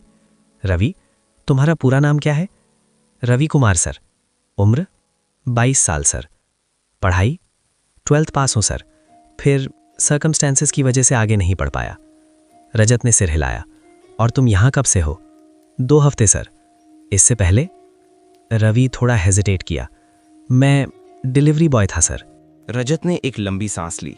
फिर उन्होंने एक बिजनेसमैन की तरह सीधे मुद्दे पर आते हुए कहा, रवि, मुझे एक भरोसेमंद आदमी चाहिए, कोई ऐसा जो कुछ समय के लिए मेरी कंपनी में सब संभाल सके। मुझे बाहर जाना पड़ रहा है, फॉरेन ट्रिप, और मुझे कोई ऐसा चाहिए जो मेरी एब्सेंस में मेरी नज़र बन सके। रवि को लगा जैसे उसने सही सुना ही नहीं। सर, मैं? रजत मुस्कुराए। हाँ, तुम। लेकिन सर, मैं कैसे कर सकता हूँ? रवि की आवाज़ में हिचकिचाहट थी। मुझे तो कोई एक्सपीरियंस नहीं है, मैंने कभी किसी कंपनी में काम भी नहीं किया। रजत और महाराज जी दोनों हंसे। ये एक जेन्युइन वार्म हंसी थी। रजत ने आगे झुककर कहा, रवि, लाइफ में बहुत कुछ फर्स्ट टाइम में ही करना पड़ता है, और जिसमें ये काबिलियत होती है वही उन बुलंदियों तक पहुंच पाता है जहां मैं अभी हूं। रवि चुप खड़ा रहा। उसकी समझ में नहीं आ रहा था कि क्या कहे। महाराज जी ने बीच में बोला, रवि बेटा, तुम्हारा यहां आना और रजत का यहां आना, ये संयोग हो सकता है, लेकिन संयोग भी भगवान की इच्छा होती है। यही तुम्हारा वो मार्ग है जो तुम ढूंढ रहे थे। रवि की आंखों में कन्फ्यूजन था, डर था, लेकिन साथ ही एक छोटी सी चिंगारी भी थी, उम्मीद की। रजत खड़े हो गए। उन्होंने अपनी जेब से एक कार्ड निकाला और रवि की ओर बढ़ाया। ये मेरा कार्ड है, मैं तुम्हें बताऊंगा कब और कहाँ आना है। अगले हफ्ते से तुम्हें मेरे ऑफिस में काम शुरू करना होगा। अभी के लिए बस ऑब्जर्व करना, सीखना, समझे?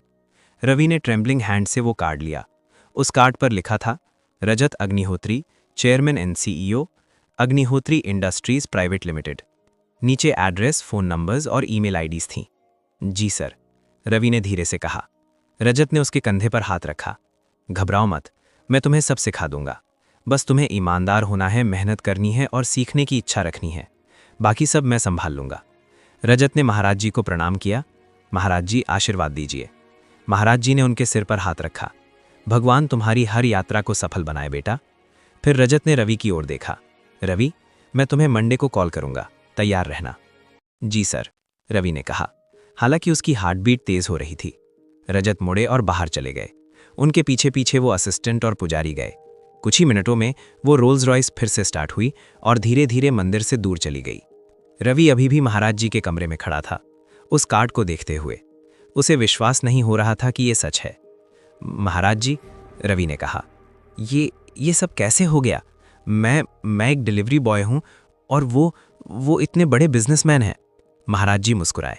बेटा, भगवान के घर देर है अंधेर नहीं, तुम यहां शरण के। रजत ने एक लंबी सांस ली।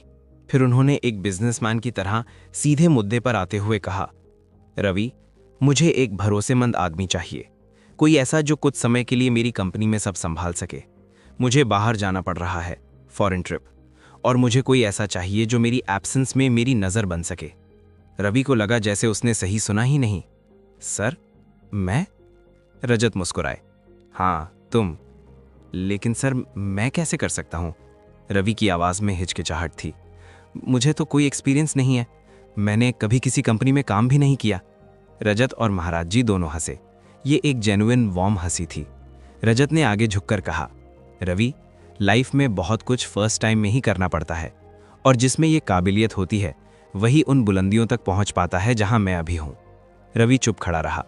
उसकी समझ में नहीं आ रहा था कि क्या कहे।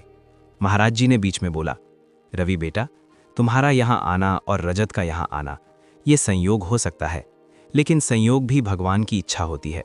यही तुम्हारा वो मार्ग है जो तुम ढूंढ रहे थे। रवि की आंखों में कन्फ्यूजन था, डर था, लेकिन साथ ही एक छोटी सी चिंगारी भी थी, उम्मीद की। रजत खड़े हो गए। उन्होंने अपनी जेब से एक कार्ड निकाला और रवि की ओर बढ़ाया। ये मेरा कार्ड है, मैं तुम्हें बताऊंगा कब और कहाँ आना है। अगले हफ्ते से तुम्हें मेरे ऑफिस में काम शुरू करना होगा। अभी के लिए बस ऑब्जर्व करना, सीखना, समझे? रवि ने ट्रेम्बलिंग हैंड से वो कार्ड लिया। उस कार्ड पर लिखा था, Rajat Agnihotri, chairman and CEO, Agnihotri industries private limited. नीचे एड्रेस, फ़ोन नंबर्स और ईमेल आईडीज थीं। जी सर, रवि ने धीरे से कहा। रजत ने उसके कंधे पर हाथ रखा। घबराओ मत, मैं तुम्हें सब सिखा दूंगा। बस तुम्हें ईमानदार होना है, मेहनत करनी है और सीखने की इच्छा रखनी है। बाकी सब मैं संभाल लूंगा। रजत ने महाराज जी को प्रणाम किया।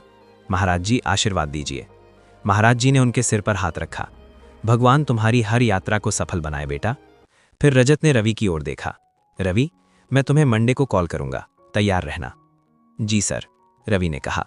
हालांकि उसकी हार्टबीट तेज हो रही थी। रजत मुड़े और बाहर चले गए। उनके पीछे पीछे वो असिस्टेंट और पुजारी गए। कुछ ही मिनटों में वो रोल्स रॉयस फिर से स्टार्ट हुई और धीरे धीरे मंदिर से दूर चली गई। रवि अभी भी महाराज जी के कमरे में खड़ा था, उस कार्ड को देखते हुए। उसे विश्वास नहीं हो रहा था कि ये सच है। महाराज जी, रवि ने कहा, ये सब कैसे हो गया?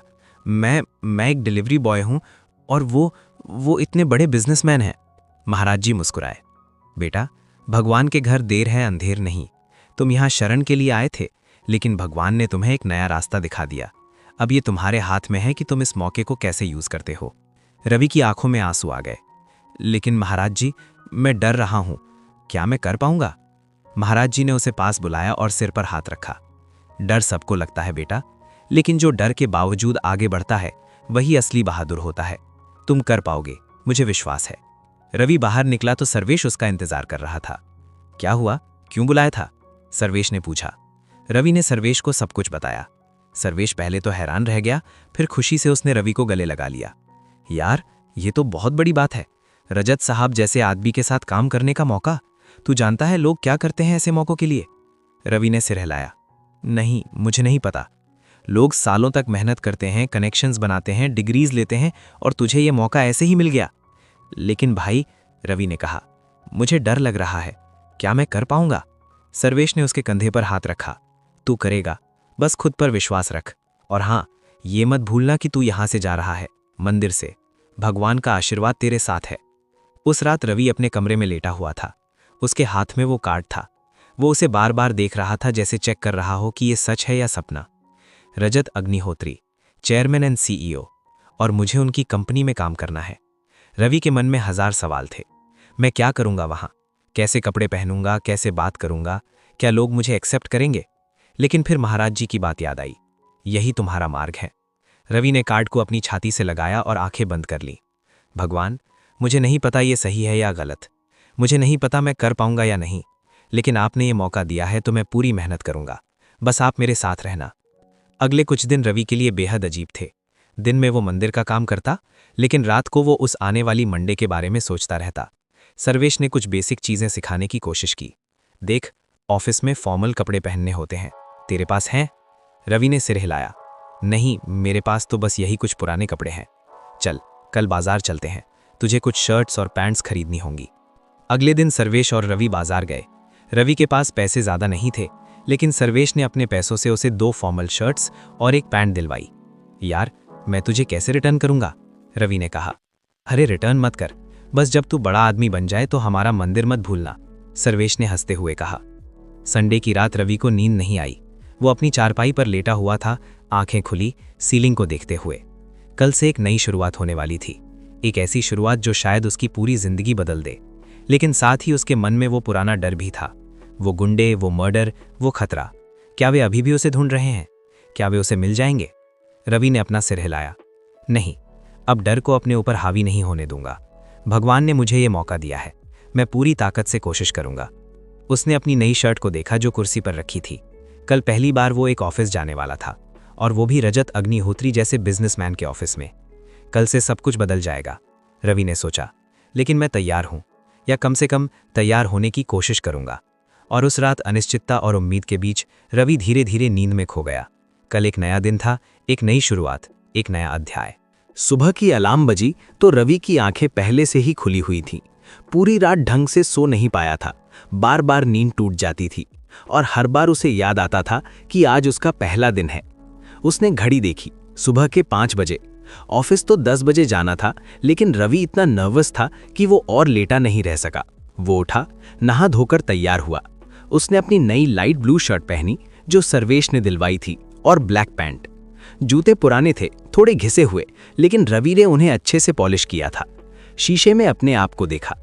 पहली बार कई महीनों बाद वो किसी प्रोफेशनल की तरह लग रहा था, लेकिन अंदर से वो अभी भी वही डरा हुआ कंफ्यूज्ड रवि था।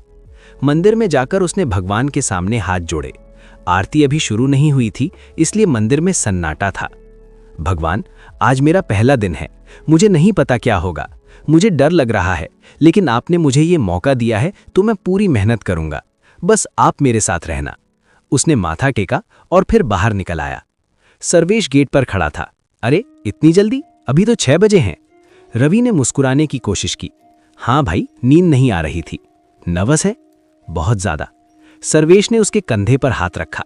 सुन, तू बस अपना बेस्ट दे, बाकी भगवान के हाथ में है। और हाँ, जो भी हो शाम को वापस आकर बताना, मैं वेट करूंगा। पक्का, रवि ने कहा। रवि ने अपनी पुरानी बाइक स्टार्ट की। आज उसने डिलीवरी जैकेट नहीं पहनी थी, बस अपनी शर्ट और पैंट में था। गूगल मैप्स खोला और Agnihotri industries private limited search किया। एड्रेस आया कनॉट प्लेस, सेंट्रल दिल्ली। रवि का दिल और तेज धड़कने लगा। सीपी तो दिल्ली के सबसे महंगे और पॉश एरियाज में से एक था। उसने एक्सेलरेटर घुमाया और निकल पड़ा। रास्ते में ट्रैफिक था, लेकिन आज रवि को देरी का डर नहीं था। वो तो 2 घंटे पहले ही निकल गया था। वो धीरे धीरे बाइक चला रहा था और रास्ते में अपने आप को मेंटली प्रिपेयर कर रहा था। तू कर लेगा रवि, बस शांत रहे, जो कहेंगे वो सुन, सीख और मेहनत कर। 9 बजे रवि कनॉट प्लेस पहुंच गया। उसने पार्किंग की तलाश की और अपनी बाइक एक कॉर्नर में खड़ी कर दी। फिर वो पैदल चलने लगा। आसपास की सारी बिल्डिंग्स बड़ी और मॉडर्न थीं। बड़े बड़े ग्लास फसाड्स, रिवॉल्विंग डोर्स और अंदर से दिखती एयर कंडीशनड लॉबीज। रवि ने कभी ऐसी जगहें सिर्फ टीवी पर देखी थीं। फिर उसे दिखाई दी एक विशाल 15 मंजिल की बिल्डिंग। सामने बड़े बड़े लेटर्स में लिखा था अग्निहोत्री टावर। रवि रुक गया। उसने बिल्डिंग को नीचे से ऊपर तक देखा। इतनी ऊंची, इतनी शानदार, और उसके सामने वो खुद एक छोटा सा डिलीवरी बॉय जो अब इस बिल्डिंग में काम करने आया था। मैं इतना छोटा हूं, एक चींटी की तरह। लेकिन फिर उसने अपने आप को झटका दिया। नहीं, आज से मैं वो डिलीवरी बॉय नहीं हूं, आज से मैं कुछ और हूं। रवि ने बिल्डिंग के अंदर कदम रखा। लॉबी बहुत बड़ी थी, मार्बल फ्लोर्स, चैंडलियर लाइट्स और दीवारों पर मॉडर्न आर्ट। बीच में एक बड़ा सा रिसेप्शन डेस्क था जहां 2 लोग बैठे थे, एक आदमी और एक औरत। रवि धीरे धीरे रिसेप्शन की ओर बढ़ा। आदमी करीब 30 साल का था, सूट पहने हुए, और औरत भी प्रोफेशनल ड्रेस में थी। दोनों अपने कंप्यूटर्स पर काम कर रहे थे। रवि रिसेप्शन डेस्क के सामने पहुंचा और थोड़ा नर्वस होते हुए बोला, एक्सक्यूज मी। दोनों ने ऊपर देखा। उन्होंने रवि को सर से पैर तक देखा, एक क्विक जजमेंटल नजर। जी? आदमी ने थोड़ा रूखे टोन में पूछा। मुझे रजत सर ने बुलाया है, रवि ने कहा। दोनों एक दूसरे की ओर देखकर मुस्कुराए। फिर औरत ने पूछा, कौन रजत सर? रवि कंफ्यूज हो गया। रजत अग्निहोत्री, इस कंपनी के मालिक। ये सुनते ही दोनों की मुस्कान और चौड़ी हो गई। आदमी ने मजाकिया टोन में कहा, ओह रजत सर, हमारे चेयरमैन, और उन्होंने आपको बुलाया है? जी, रवि ने कहा, हालांकि उसे अनकंफर्टेबल फील हो रहा था। औरत ने रवि को फिर से देखा, इस बार और ध्यान से। उसके घिसे हुए जूते, उसकी सस्ती शर्ट और उसकी बॉडी लैंग्वेज जो क्लियरली बता रही थी कि वो इस तरह की जगहों का आदी नहीं है। रजत सर को आपने कभी देखा भी है? औरत ने व्यंग्यात्मक टोन में पूछा। जी हाँ, मंदिर में। मंदिर में? आदमी ने जोर से हंसते हुए कहा, अरे वाह, तो आप भी वहीं से आए हैं जहां से बाकी लोग आते हैं, सर से मिलने के बहाने। औरत भी हंसने लगी। देखो भैया, यहाँ हर दिन 10-15 लोग आते हैं। कोई कहता है मैं सर का दूर का रिश्तेदार हूँ, कोई कहता है सर ने मुझे पर्सनली बुलाया है, लेकिन रियलिटी ये है कि सर को इतनी फुर्सत नहीं है कि वो हर किसी से मिले। रवि ने कोशिश की, लेकिन सच में उन्होंने मुझे कार्ड दिया था। कार्ड? आदमी ने हंसते हुए पूछा, दिखाओ तो। रवि ने अपनी जेब से वो कार्ड निकाला, लेकिन आदमी ने उसे हाथ में लेने की बजाय बस एक नज़र डाली। भैया, ये कार्ड तो इंटरनेट पर मिल जाता है, एनीवन कैन प्रिंट इट। इसका मतलब ये नहीं कि सर ने पर्सनली आपको दिया है। रवि को गुस्सा आ रहा था, लेकिन वो शांत रहने की कोशिश कर रहा था। प्लीज, मुझे सिर्फ एक बार सर से बात करनी है, एक फोन कॉल। Phone call? औरत ने हंसते हुए कहा, आपको पता है सर कितने बिजी हैं, meetings, foreign trips, board discussions, और आप चाहते हैं कि हम उन्हें डिस्टर्ब करें किसी अनजान आदमी के लिए? आदमी अपनी चेयर से खड़े होते हुए कहा, देखिए, हम समझते हैं आप जॉब ढूंढ रहे हैं, लेकिन ये तरीका गलत है।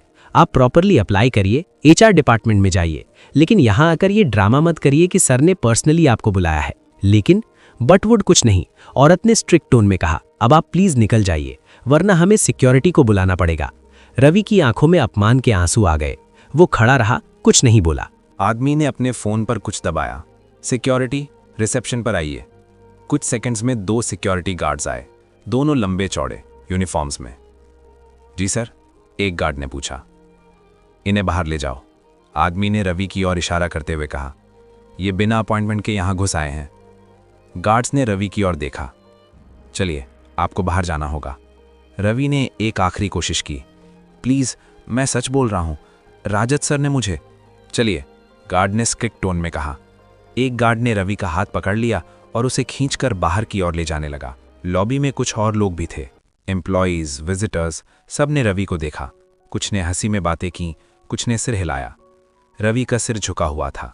वो अपमान, वो बेइज्जती, सब कुछ फिर से वापस आ गया। वही फीलिंग जो उसे डिलीवरी बॉय के रूप में हर दिन महसूस होती थी। गार्ड उसे बाहर के डोर तक ले आया। अब जाइए और दोबारा बिना अपॉइंटमेंट के मत आइएगा। रवि बाहर निकला। उसने एक गहरी सांस ली। आंखों में आंसू थे, दिल टूट चुका था। यही होना था। मैं सोच रहा था कि कुछ बदल गया, लेकिन नहीं, मैं वही हूं, एक नोबडी। वो वहीं खड़ा रह गया। सोच रहा था कि अब क्या करे, वापस मंदिर चला जाए, लेकिन वहां जाकर क्या कहेगा कि उसने कोशिश की लेकिन उसे अंदर नहीं घुसने दिया। तभी पीछे से कार की आवाज आई। रवि ने मुड़कर देखा। एक काली ऑडी बिल्डिंग के सामने रुकी। ड्राइवर ने बाहर निकलकर पीछे का डोर खोला और उसमें से निकले राजत अग्निहोत्री। राजत अपने ट्रेडमार्क स्टाइल में थे, perfectly tailored grey suit, white shirt और सनग्लासेस। उनके पीछे उनका असिस्टेंट भी था, फाइल्स लिए हुए। राजत बिल्डिंग की ओर बढ़ने लगे, लेकिन तभी उनकी नज़र रवि पर पड़ी, जो वहीं खड़ा था, सिर झुकाए, आंखों में आंसू। राजत रुक गए। रवि? रवि ने ऊपर देखा। सर? राजत तुरंत उसके पास आए। तुम यहां बाहर क्या कर रहे हो? अंदर क्यों नहीं गए? रवि ने कुछ कहने की कोशिश की, लेकिन आवाज नहीं निकली। राजत ने उसकी आंखों में देखा और सब कुछ समझ गए। उनका चेहरा गुस्से से लाल हो गया। चलो मेरे साथ, राजत ने कहा। राजत तेज कदमों से बिल्डिंग के अंदर घुसे। रवि उनके पीछे पीछे चल रहा था और साथ में असिस्टेंट भी। लॉबी में जैसे ही राजत को देखा, सब खड़े हो गए। रिसेप्शन के वो दोनों लोग भी तुरंत खड़े हो गए, चेहरे पर प्रोफेशनल स्माइल।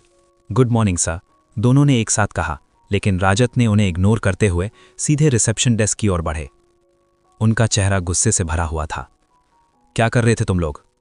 राजत ने शांत लेकिन खतरनाक टोन में पूछा। दोनों कंफ्यूज हो गए। सर हम तो बस इसे बाहर निकाल रहे थे। राजत ने रवि की ओर इशारा किया। दोनों ने रवि को देखा और उनके चेहरे से रंग उड़ गया, जैसे किसी ने उन पर ठंडा पानी डाल दिया हो। सर हमें नहीं पता था, औरत ने स्टैमरिंग करते हुए कहा। नहीं पता था? राजत की आवाज अब और तेज हो गई। मैंने पर्सनली इसे बुलाया है और तुमने इसकी बेइज्जती की, इसे बाहर निकलवाया। लॉबी में सन्नाटा छा गया। सारे लोग खड़े थे, ये ड्रामा देख रहे थे। रिसेप्शन के दोनों लोग अब पूरी तरह से घबरा गए थे। सर प्लीज, सर हमसे गलती हो गई, आदमी ने कहा। तुम्हें लगा? राजत ने उसे बीच में रोकते हुए कहा। तुम्हारा काम है लगाना, तुम्हारा काम है वेरीफाई करना। इसने बताया था कि मैंने इसे बुलाया है, फिर भी तुमने एक फोन कॉल तक नहीं की। सर प्लीज, हमसे गलती हो गई। औरत अब रोने लगी थी। राजत ने अपने असिस्टेंट की ओर देखा।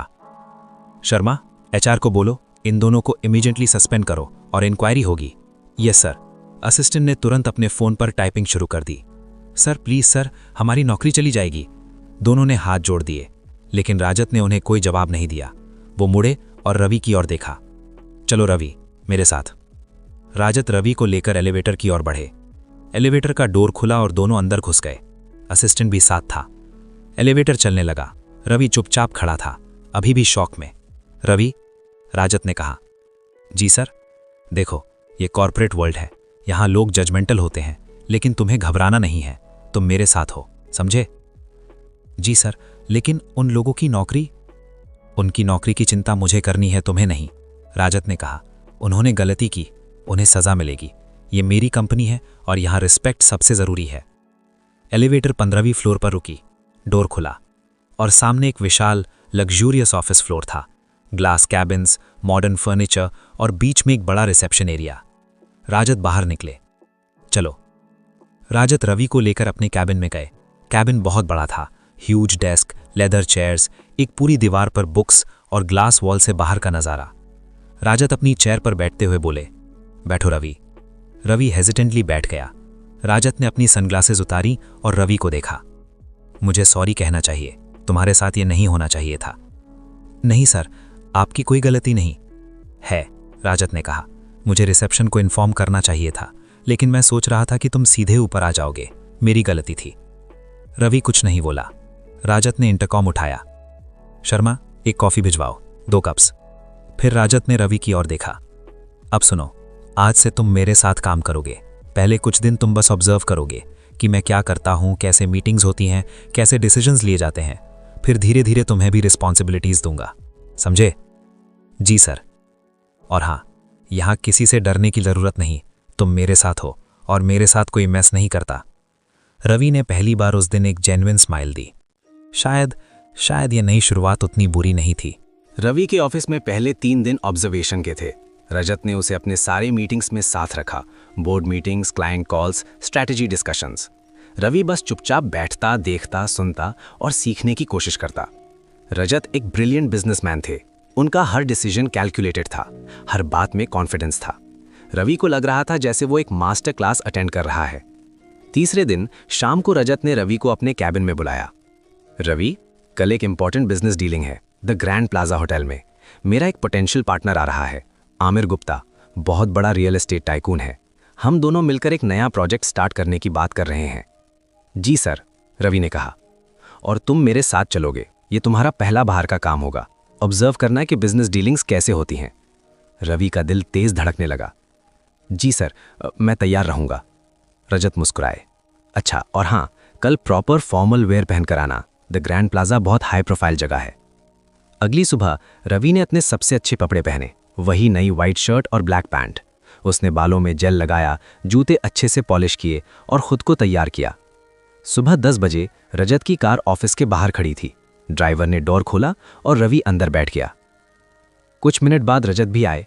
आज वे नेवी ब्लू सूट में थे, जो उन पर बेहद शानदार लग रहा था। रेडी? रजत ने पूछा।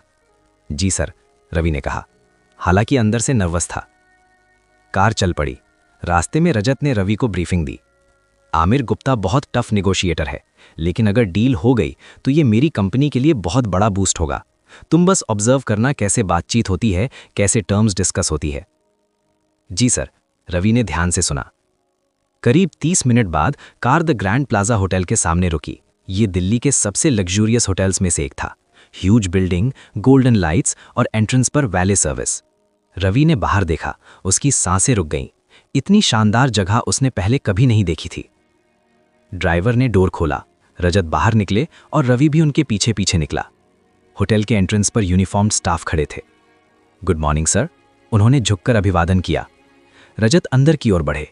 रवि उनके पीछे पीछे चल रहा था, अपने चारों ओर देखते हुए। लॉबी में मार्बल फ्लोर्स थे, ह्यूज चैंडलियर्स और दीवारों पर एक्सपेंसिव पेंटिंग्स। ये कैसी दुनिया है, रवि ने मन ही मन सोचा। रजत रिसेप्शन की ओर बढ़े। वीआईपी हॉल बुकिंग रजत अग्निहोत्री के नाम पर। रिसेप्शनिस्ट ने कंप्यूटर पर चेक किया। Yes sir, VIP hall 3, 3rd floor, ये आपकी की है। धन्यवाद। रजत और रवि एलिवेटर की ओर बढ़े, लेकिन तभी रवि को एहसास हुआ कि उसने अपना फोन कार में भूल दिया है। सर, मैं अपना फोन कार में भूल आया हूं, मैं जल्दी से ले आता हूं, रवि ने कहा। रजत ने देखा। ठीक है, लेकिन जल्दी आना, मीटिंग 15 मिनट में शुरू होगी। जी सर। रवि तुरंत वापस मुड़ा और तेज कदमों से बाहर की ओर भागा। रवि होटल के एंट्रेंस से बाहर निकला। कार थोड़ी दूर पार्किंग में खड़ी थी।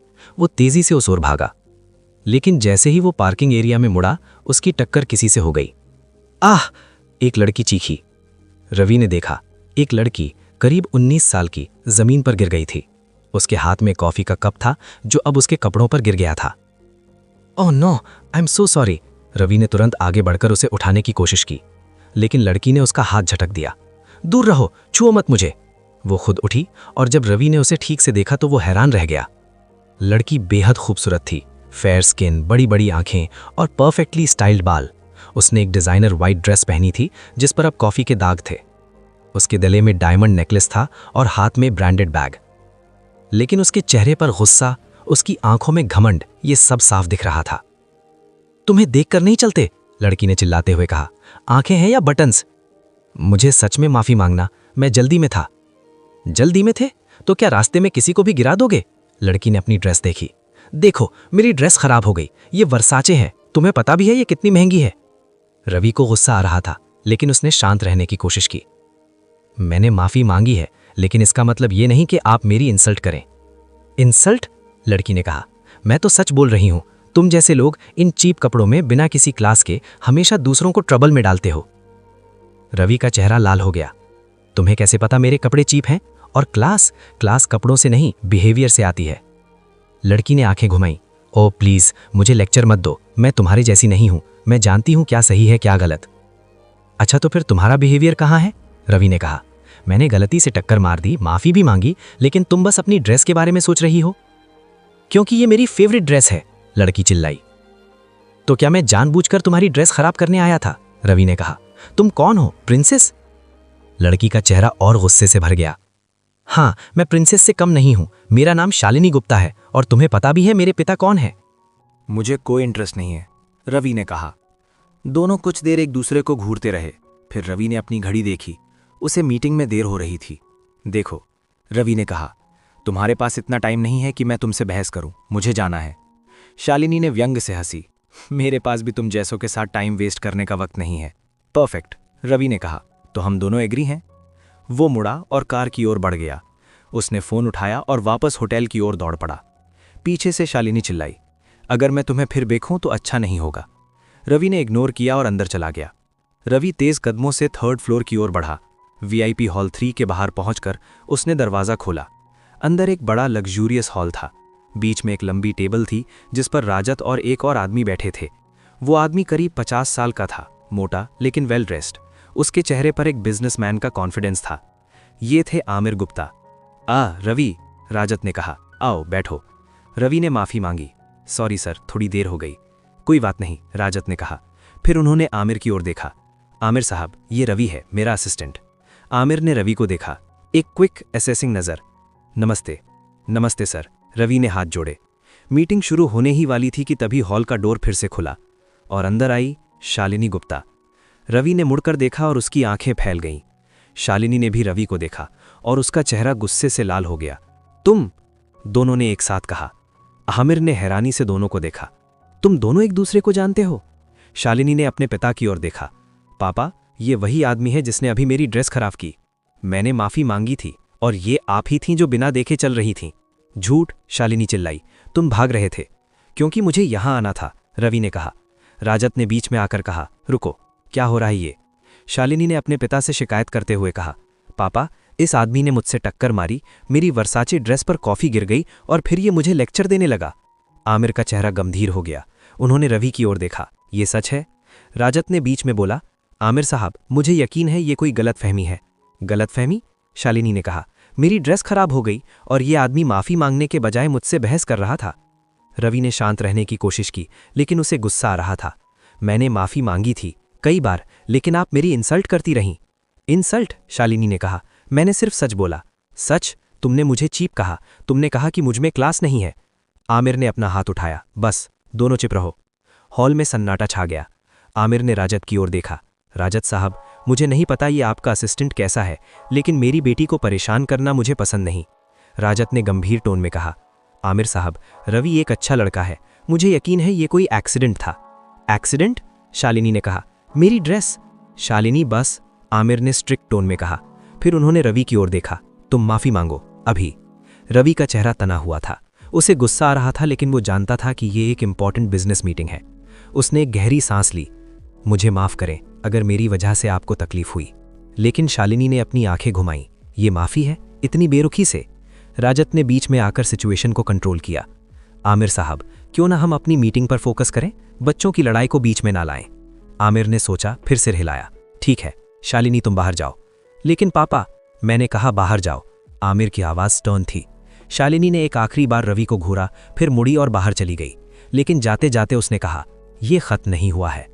रवि ने कुछ नहीं कहा, वो बस वहीं खड़ा रहा, फ्रस्ट्रेटेड और एंग्री। राजत ने उसे बैठने का इशारा किया। रवि बैठ गया, लेकिन उसका मन अभी भी उस लड़की पर था। कैसी घमंडी लड़की है, उसने मन ही मन सोचा।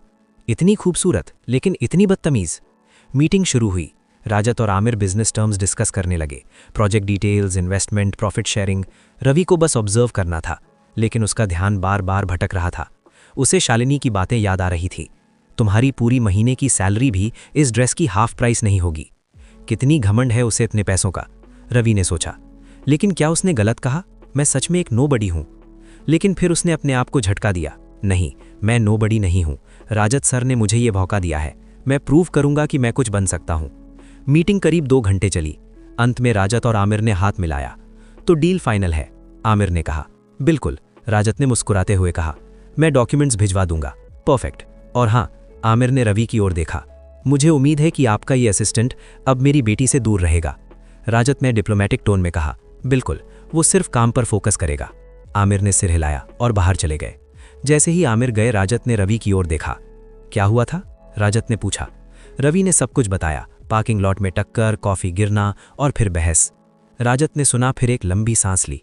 देखो रवि, मैं समझता हूं शालिनी वो स्पॉइल्ड है, लेकिन आमिर गुप्ता मेरा इंपॉर्टेंट पार्टनर है। तुम्हें उसकी बेटी से दूर रहना होगा। जी सर, रवि ने कहा। मुझे भी कोई इंटरेस्ट नहीं है उससे मिलने में। राजत मुस्कुराए। अच्छा, तो चलो वापस चलते हैं। दोनों हॉल से बाहर निकले, लेकिन जैसे ही वे एलिवेटर के पास पहुंचे, शालिनी वहां खड़ी थी, अपने फोन पर कुछ टाइप कर रही थी। उसने रवि को देखा, फिर एक फेक स्माइल दी। मिलते हैं फिर, उसने व्यंग्यात्मक टोन में कहा। रवि ने कोई जवाब नहीं दिया। वो बस राजत के साथ एलिवेटर में घुस गया। लेकिन जैसे ही एलिवेटर का डोर बंद हुआ, उसने सोचा, ये लड़की परेशानी है और लगता है ये मुझे इतनी आसानी से नहीं छोड़ेगी। शालिनी से मुलाकात के बाद के दिन रवि के लिए थोड़े तनावपूर्ण थे। वो लड़की उसके दिमाग से नहीं जा रही थी, न उसकी खूबसूरती, न उसका घमंड, न उसकी वे तीखी बातें। लेकिन रवि ने अपने आप को समझाया, भूल जाओ उसे, तू यहाँ काम करने आया है, किसी लड़की के बारे में सोचने नहीं। अगले कुछ दिन ऑफिस में बीते। रवि ने हर मीटिंग में, हर डिस्कशन में ध्यान से ऑब्जर्व किया। राजत जब भी कोई डिसीजन लेते, रवि नोट करता, क्यों ये डिसीजन लिया गया, इसके क्या फायदे हो सकते हैं, क्या रिस्क्स हैं। धीरे धीरे रवि को समझ आने लगा था कि बिजनेस कैसे काम करता है। ये सिर्फ पैसे कमाने के बारे में नहीं था, ये स्ट्रैटेजी, टाइमिंग और सबसे ज़रूरी लोगों को समझने के बारे में था। एक हफ्ते बाद राजत ने एक इम्पॉर्टेंट बोर्ड मीटिंग बुलाई। ये मीटिंग एक नए प्रोडक्ट के बारे में थी जिसे कंपनी लॉन्च करने वाली थी। रवि, आज की मीटिंग बहुत इंपॉर्टेंट है, राजत ने सुबह उसे बताया।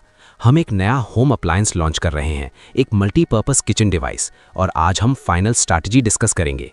जी सर, रवि ने कहा। और सुनो, आज तुम बस ऑब्जर्व मत करना, अगर तुम्हारे मन में कोई सवाल है, कोई आइडिया है तो बोलना, डरना मत। रवि चौंक गया। सर, लेकिन मैं तो नया हूं, मेरी बात कौन सुनेगा? राजत ने मुस्कुराते हुए कहा, अगर तुम्हारी बात में दम है तो सब सुनेंगे। याद रखो, अच्छे आइडियाज़ किसी एक इंसान के पास नहीं होते, वे कहीं से भी आ सकते हैं। दोपहर के 2 बजे बोर्ड मीटिंग शुरू हुई। कॉन्फ्रेंस रूम बहुत बड़ा था, एक लंबी टेबल, कंफर्टेबल चेयर्स और दीवार पर एक बड़ी स्क्रीन। टेबल के चारों ओर करीब 12 लोग बैठे थे, सब सीनियर एग्जीक्यूटिव्स, मैनेजर्स और डिपार्टमेंट हेड्स। सब फॉर्मल सूट्स में थे, सबके चेहरे पर प्रोफेशनलिज्म थी। राजत सिरे पर बैठे थे और रवि उनके बगल में बैठा था। मीटिंग शुरू हुई। प्रोडक्ट हेड श्री वर्मा, एक करीब 45 साल के अनुभवी बिजनेसमैन ने प्रेजेंटेशन शुरू की। सर, हमारा नया प्रोडक्ट होम मास्टर 3000 एक रेवोल्यूशनरी किचन अप्लायंस है। ये एक ही डिवाइस में मिक्सर, ग्राइंडर, जूसर और फूड प्रोसेसर है। हमने इसे इस तरह डिज़ाइन किया है कि ये सभी इनकम ग्रुप्स के लिए अफोर्डेबल हो। स्क्रीन पर प्रोडक्ट की इमेजेस दिखाई दी। ये स्लीक मॉडर्न डिज़ाइन था। वर्मा जी ने आगे बताया, हमने मार्केट रिसर्च की है, मिडिल क्लास और लोअर मिडिल क्लास फैमिलीज हमारा मेन टारगेट हैं, इसलिए हमने प्राइस 8,999 रखी है। एक और एग्जीक्यूटिव सुश्री मेहता ने कहा, और क्वालिटी के मामले में हमने एक बैलेंस बनाया है, ना तो बहुत हाई एंड ना ही बहुत लो एंड, ये एवरेज क्वालिटी है जो सबके लिए एक्सेप्टेबल हो। राजत ने सुना, ठीक है, मार्केटिंग स्ट्रैटेजी क्या है? मार्केटिंग हेड श्री खन्ना ने कहा, हम TV ads, social media campaigns और रिटेल पार्टनरशिप्स करेंगे। हमारा मैसेज होगा, one device all solutions for every home. सब लोग नोट्स ले रहे थे, डिस्कशन चल रहा था, कौन सा कलर स्कीम बेटर है, पैकेजिंग कैसी होगी, डिस्ट्रीब्यूशन कैसे होगा। रवि चुपचाप सब सुन रहा था, लेकिन उसके मन में कुछ चल रहा था, कुछ ऐसा जो उसे अनकंफर्टेबल फील करवा रहा था। तो सब राजी हैं? राजत ने पूछा। हम इसी स्ट्रैटेजी के साथ आगे बढ़ें? सब लोग सिर हिलाने लगे, जी सर। लेकिन तभी रवि ने हाथ उठाया। सब लोगों ने रवि की ओर देखा, कुछ सरप्राइज से, कुछ क्यूरियोसिटी से। राजत ने मुस्कुराते हुए कहा, हाँ रवि, कुछ कहना है? रवि नर्वस था, उसके हाथ पसीने से भीग गए थे, लेकिन उसने हिम्मत की। सर, मैं कुछ कहना चाहूँगा। बोलो, राजत ने कहा। रवि ने गहरी सांस ली। सर, आप ये प्रोडक्ट अमीरों और गरीबों दोनों के लिए बना रहे हैं, लेकिन मुझे लगता है इसमें एक बहुत बड़ी खामी है। कॉन्फ्रेंस रूम में सन्नाटा छा गया। सब लोग रवि को देखने लगे। वर्मा जी ने थोड़ा डिफेंसिव टोन में कहा, खामी? कैसी खामी? रवि ने अपनी बात जारी रखी। सर, अमीरों को प्रोडक्ट में क्वालिटी चाहिए। उन्हें फ़र्क नहीं पड़ता कि प्रोडक्ट 8,999 रुपये का है या 20,000 रुपये का। अगर उन्हें बेस्ट क्वालिटी मिलेगी तो वे कुछ भी पे कर सकते हैं। कुछ लोग सिर हिलाने लगे। लेकिन गरीबों को? रवि ने कहा, उन्हें कम पैसों में एक काम चलाने वाला प्रोडक्ट चाहिए। उन्हें क्वालिटी से ज़्यादा फर्क नहीं पड़ता, उन्हें बस ये चाहिए कि प्रोडक्ट काम करे और अफोर्डेबल हो। रवि ने टेबल पर हाथ रखते हुए कहा, मैंने पिछले 22 साल गरीबी देखी है सर। मैं जानता हूं कि गरीब लोग क्या सोचते हैं। अगर आप एक ही प्रोडक्ट में दोनों को टारगेट करेंगे, जहां ना तो क्वालिटी बहुत अच्छी है ना ही प्राइस बहुत कम, तो ये प्रोडक्ट काम नहीं करेगा। कॉन्फ्रेंस रूम में फिर से सन्नाटा छा गया, लेकिन इस बार ये सन्नाटा अलग था। लोग सोच रहे थे। वर्मा जी ने कहा, तो तुम क्या सजेस्ट कर रहे हो? रवि ने कहा, सर, मेरा सजेशन है कि आप 2 वर्जन्स बनाएं। एक premium version, better quality, better features, higher price, ये अमीरों के लिए, और एक basic version, simple, durable, affordable, ये गरीबों के लिए। सुश्री मेहता ने कहा, लेकिन 2 वर्जन्स बनाने में कॉस्ट बढ़ जाएगी, प्रोडक्शन, मार्केटिंग सब डबल हो जाएगा। रवि ने सिर हिलाया। हाँ सर, लेकिन अगर आप एक ऐसा प्रोडक्ट बनाएंगे जो किसी को भी प्रॉपरली सेटिस्फाई नहीं करता, तो वो बिकेगा ही नहीं। उससे तो बेहतर है कि आप थोड़ी एक्स्ट्रा कॉस्ट लगाएं, लेकिन दोनों सेगमेंट्स को प्रॉपर्ली टारगेट करें। राजत ने ध्यान से सुना, फिर उन्होंने पूछा, रवि, तुम्हारे हिसाब से दोनों वर्जन्स में क्या फ़र्क होना चाहिए? रवि ने सोचा, फिर बोला, प्रीमियम वर्जन में stainless steel body, multiple speed settings, warranty 3 साल की और अच्छी पैकेजिंग, प्राइस 15,000 से 18,000 रुपए। इसे मॉडर्न रिटेल स्टोर्स और ऑनलाइन प्लेटफॉर्म्स पर बेचें। और बेसिक वर्जन में? रवि ने पूछा। बेसिक वर्जन में plastic body, limited features, warranty 1 साल की, सिंपल पैकेजिंग, प्राइस 4,999 से 5,999 रुपए। इसे लोकल मार्केट्स, स्मॉल शॉप्स और टियर 2, टियर 3 सिटीज में बेचें। श्री खन्ना ने कहा, लेकिन मार्केटिंग भी अलग होगी। प्रीमियम वर्जन के लिए टीवी एड्स और बेसिक वर्जन के लिए शायद लोकल प्रमोशंस। एग्जैक्टली, रवि ने कहा। वर्मा जी ने थोड़ा इरिटेटेड टोन में कहा, देखो, ये सब तो थ्योरी में अच्छा लगता है, लेकिन प्रैक्टिकली हमने ऑलरेडी रिसर्च करके एक स्ट्रैटेजी बनाई है। और अब ये नया लड़का जो सिर्फ 1 हफ्ते से यहाँ है, हमें बता रहा है कि हम गलत हैं। कुछ और लोग भी हामी भरने लगे। हाँ, वर्मा जी सही कह रहे हैं, हमने महीनों रिसर्च किया है। रवि को लगा कि शायद उसने गलती कर दी, शायद उसे बोलना नहीं चाहिए था। लेकिन तभी राजत ने बोला, रुको। राजत ने कहा, उनकी आवाज काम थी लेकिन अथॉरिटेटिव। रवि ने एक वैलिड पॉइंट उठाया है और मुझे लगता है वो सही है। सब लोग राजत की ओर देखने लगे। राजत ने आगे कहा, हम बिजनेस में इतने इन्वॉल्व हो जाते हैं कि हम असली कस्टमर को भूल जाते हैं। रवि ने जो कहा वो सिर्फ थ्योरी नहीं है, वो एक्सपीरियंस से बोल रहा है। उसने गरीबी देखी है, वो जानता है कि ग्राउंड लेवल पर लोग क्या चाहते हैं। वर्मा जी ने कहा, लेकिन सर, कॉस्ट को मैं देखूंगा। राजत ने कहा, लेकिन पहले मुझे ये जानना है, क्या हम सब इस आइडिया को कंसिडर करने के लिए राजी हैं? कुछ लोग चुप रहे, कुछ ने सिर हिलाया। राजत ने कहा, ठीक है, तो चलिए वोट करते हैं। जो लोग रवि के आइडिया को सपोर्ट करते हैं वो हाथ उठाएं। राजत ने सबसे पहले अपना हाथ उठाया, फिर धीरे धीरे कुछ और लोगों ने भी हाथ उठाए। सुश्री मेहता ने, श्री खन्ना ने और कुछ जूनियर एग्जीक्यूटिव्स ने। जो लोग अगेंस्ट हैं? राजत ने पूछा। वर्मा जी और उनके साथ 3-4 लोगों ने हाथ उठाए। राजत ने गिना, 7 in favour, 5 against. Motion passed. Verma ji का चेहरा तना हुआ था, लेकिन वे कुछ नहीं बोले। राजत ने रवि की ओर देखा। रवि, तुमने अच्छा काम किया, अब इस आइडिया को इम्प्लीमेंट करना होगा और तुम इसमें इन्वॉल्व रहोगे। रवि की आंखों में आंसू आ गए, खुशी के आंसू। धन्यवाद सर। मीटिंग खत्म हुई, सब लोग बाहर निकलने लगे। कुछ ने रवि को कंग्रेचुलेट किया, कुछ ने उसे नजरअंदाज किया। वर्मा जी ने जाते जाते रवि को देखा, एक कोल्ड जजमेंटल नजर से, लेकिन कुछ बोले नहीं। राजत ने रवि को अपने कैबिन में बुलाया। बैठो, राजत ने कहा। रवि बैठ गया। राजत ने मुस्कुराते हुए कहा, तुमने आज बहुत बड़ी हिम्मत दिखाई। एक नए आदमी के लिए सीनियर एग्जीक्यूटिव्स के सामने बोलना ये इजी नहीं होता। सर, मुझे डर लग रहा था, लेकिन मुझे लगा कि अगर मैं नहीं बोलूंगा तो शायद ये गलत डिसीजन हो जाएगा। राजत ने कहा, और तुमने सही किया। देखो रवि, बिजनेस में सिर्फ एक्सपीरियंस काम नहीं करता, कभी कभी फ्रेश पर्सपेक्टिव की जरूरत होती है, और तुम्हारे पास वो पर्सपेक्टिव है जो हम में से किसी के पास नहीं। तुमने गरीबी से लड़ा है, तुम जानते हो कि असली दुनिया कैसी है। रवि को अच्छा लग रहा था। पहली बार किसी ने उसकी गरीबी को एक वीकनेस नहीं बल्कि एक स्ट्रेंथ की तरह देखा। अब आगे क्या होगा सर? अब प्रोडक्ट डेवलपमेंट टीम 2 वर्जन्स बनाएगी, मार्केटिंग टीम 2 अलग स्ट्रैटेजीज बनाएगी, और तुम बेसिक वर्जन की स्ट्रैटेजी में मुझे हेल्प करोगे, क्योंकि तुम जानते हो कि वो मार्केट कैसे काम करती है। जी सर, मैं पूरी मेहनत करूंगा, मुझे पता है। और हाँ, एक बात, वर्मा जी और कुछ लोग तुमसे खुश नहीं है। वे सोचते हैं कि तुमने उनकी बेइज्जती की है, इसलिए सावधान रहना। ऑफिस पॉलिटिक्स शुरू हो सकती है। रवि ने सिर हिलाया। मैं समझता हूँ सर। अच्छा, अब जाओ, और हाँ, आज की अच्छी शुरुआत का जश्न मनाओ। रवि कैबिन से बाहर निकला। वो अपनी डेस्क पर आया और बैठ गया। उसने अपने हाथों को देखा, वे अभी भी थोड़ा कांप रहे थे। मैंने कर दिखाया, मैंने सच में कर दिखाया। पहली बार कई सालों बाद रवि को लगा कि वो कुछ है, कि उसकी बात सुनी जा सकती है, कि वो सिर्फ एक डिलीवरी बॉय नहीं बल्कि कुछ और बन सकता है। उसने अपने फोन पर सर्वेश को मैसेज किया, भाई आज बहुत अच्छा दिन रहा, शाम को मिलता हूँ, बहुत कुछ बताना है। सर्वेश ने तुरंत रिप्लाई किया, बधाई हो भाई, भगवान का आशीर्वाद है तुझ पर। शाम को जब रवि ऑफिस से निकला तो उसके कदमों में एक अलग ही कॉन्फिडेंस था। वो अपनी बाइक पर बैठा और मंदिर की ओर चल पड़ा। रास्ते में उसने सोचा, कितना बदल गया है सब कुछ। कुछ हफ्ते पहले वो एक टूटा हुआ, हारा हुआ इंसान था, और आज उसने एक बड़ी कंपनी की स्ट्रैटेजी में अपना कंट्रीब्यूशन दिया था। शायद महाराज जी सही थे, शायद यही मेरा रास्ता था। मंदिर पहुंचकर रवि ने सबसे पहले भगवान के सामने हाथ जोड़े। धन्यवाद भगवान, आपने मुझे ये मौका दिया। मैं वादा करता हूँ कि मैं इसका सही इस्तेमाल करूंगा। रात को अपने कमरे में रवि ने अपनी डायरी खोली। उसने लिखना शुरू किया, आज मेरे जीवन का एक नया अध्याय शुरू हुआ। मैंने पहली बार अपनी आवाज उठाई और लोगों ने सुनी। ये छोटी सी जीत है, लेकिन मेरे लिए बहुत बड़ी है। मुझे पता है आगे और भी चैलेंजेस होंगे। कुछ लोग मुझे पसंद नहीं करते, कुछ लोग सोचते हैं मैं सिर्फ लकी हूँ, लेकिन मैं प्रूव करूंगा कि मैं इस मौके के लायक हूँ। मेरी जर्नी अभी शुरू हुई है और मैं रुकने वाला नहीं हूँ। रवि ने डायरी बंद की और सो गया, एक शांत संतुष्ट नींद। कल फिर से एक नया दिन था और रवि तैयार था। रवि अपनी चारपाई पर लेटा था, आंखें बंद किए हुए। दिन की थकान तो थी, लेकिन मन में एक अजीब सी खुशी भी थी। आज उसने कुछ अचीव किया था, पहली बार अपनी जिंदगी में। तभी उसे याद आया, सर्वेश। अरे, मैंने सर्वेश से कहा था कि शाम को मिलूंगा और सब बताऊंगा, लेकिन इतना बिजी हो गया कि भूल ही गया। रवि ने तुरंत अपना फोन उठाया और सर्वेश को कॉल किया। हेलो भाई, सर्वेश की आवाज आई। सर्वेश यार, सॉरी इतनी देर से कॉल कर रहा हूं। पता है आज क्या हुआ? बता, मैं तो वेट कर रहा था तेरा। सर्वेश एक्साइटेड था। भाई मैं तुझे फोन पर नहीं बता सकता, बहुत कुछ है। चल मिलते हैं, बाहर चलते हैं कुछ खाने के लिए, मेरी ट्रीट। तेरी ट्रीट? सर्वेश हंसा। वाह, कुछ तो बड़ा हुआ है आज।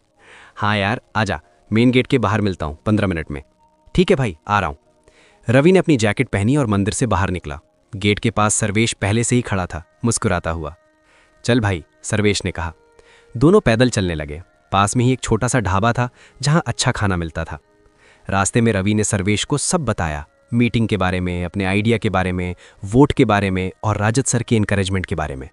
सर्वेश सुनता रहा, बीच बीच में खुशी से चिल्लाता रहा, यार तू कर गया, मुझे पता था तू कुछ बड़ा करेगा। रवि मुस्कुरा रहा था।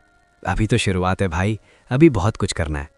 हाँ, लेकिन पहला कदम तो तूने उठा दिया। सर्वेश ने उसके कंधे पर हाथ रखा।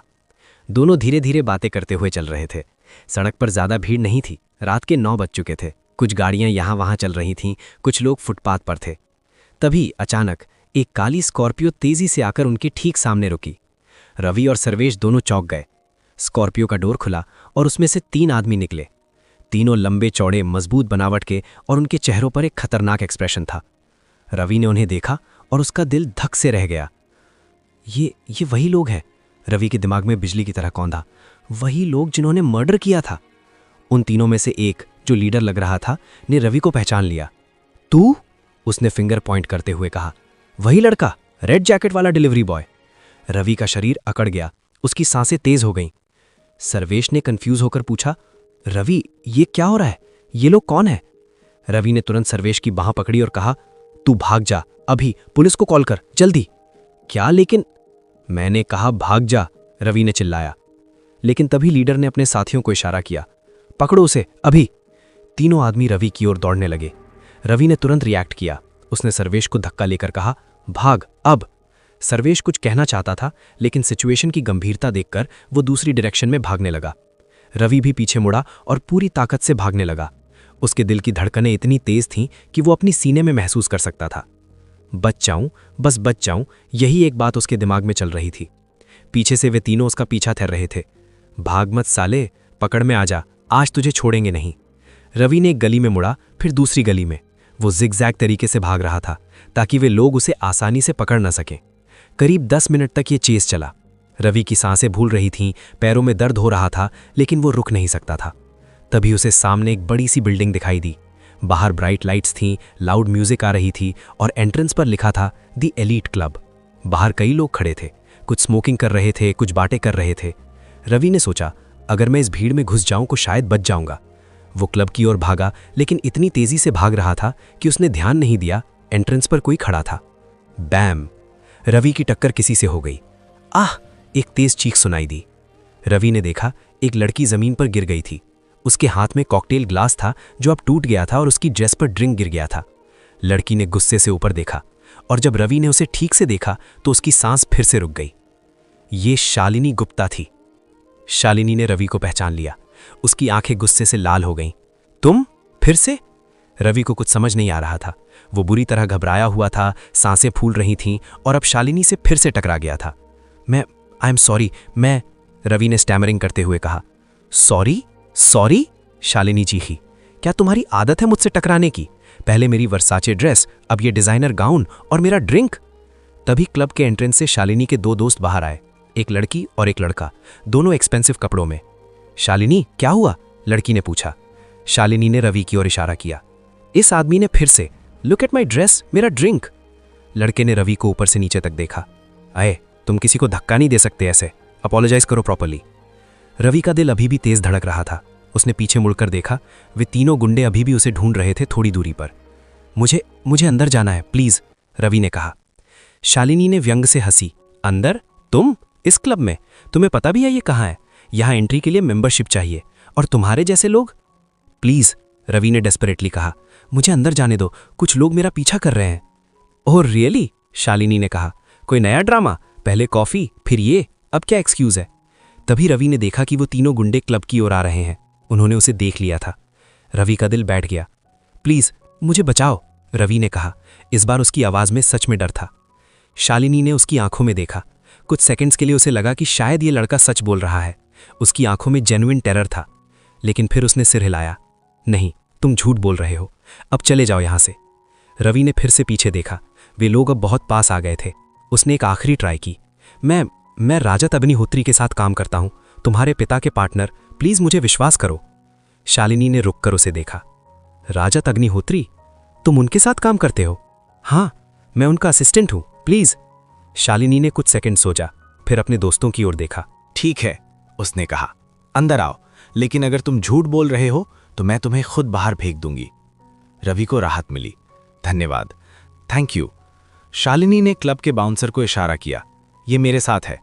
बाउंसर ने डोर खोल दिया। रवि तेजी से अंदर घुस गया। शालिनी और उसके दोस्त भी अंदर आए। बाहर वे तीनों गुंडे क्लब के एंट्रेंस पर पहुंचे, लेकिन बाउंसर ने उन्हें रोक दिया। मेंबरशिप? बाउंसर ने पूछा। हमें अंदर जाना है, लीडर ने कहा। बिना मेंबरशिप के नहीं जा सकते। गुंडे फ्रस्ट्रेटेड हो गए, लेकिन वे जानते थे कि ऐसी हाई प्रोफाइल जगह पर सीन क्रिएट करना ठीक नहीं होगा। वे वापस मुड़े और अपनी कार की ओर चले गए। लेकिन लीडर ने पीछे मुड़कर क्लब को देखा। ये लड़का बच तो गया आज, लेकिन कल, परसों हम उसे ढूंढ लेंगे। अंदर क्लब में लाउड म्यूजिक बज रही थी। नियॉन लाइट्स, डांस फ्लोर और हर तरफ रिच यंग लोग थे, डांसिंग, ड्रिंकिंग, एंजॉयिंग। रवि एक कॉर्नर में खड़ा था। अभी भी सांसें तेज चल रही थीं। उसका पूरा शरीर पसीने से भीग गया था। शालिनी ने उसकी ओर देखा। तो सच बताओ, क्या हुआ था? रवि ने उसे देखा। कुछ लोग मेरा पीछा कर रहे थे। क्यों? रवि ने हेजिटेट किया। वो उसे पूरी सच्चाई नहीं बता सकता था। मैंने कुछ देख लिया था जो मुझे नहीं देखना चाहिए था। शालिनी की भौएं उठीं। कुछ देख लिया? मतलब? मैं नहीं बता सकता, रवि ने कहा। शालिनी ने अपनी आंखें घुमाईं। वॉटएवर, बस मुझे इसमें इन्वॉल्व मत करना। तभी शालिनी की वो लड़की दोस्त आई। शालिनी, तू ठीक है? ये कौन है? शालिनी ने कहा। कोई नहीं, बस एक प्रॉब्लम चाइल्ड। रवि को गुस्सा आया, लेकिन उसने कुछ नहीं कहा। वो जानता था कि अभी उसे शालिनी की जरूरत थी। शालिनी ने अपने फोन पर कुछ देखा, फिर रवि की ओर मुड़ी। सुनो, मैं यहां अपने दोस्तों के साथ पार्टी कर रही हूं। तुम यहीं रुको, लेकिन मुझे डिस्टर्ब मत करना, समझे? रवि ने सिर हिलाया।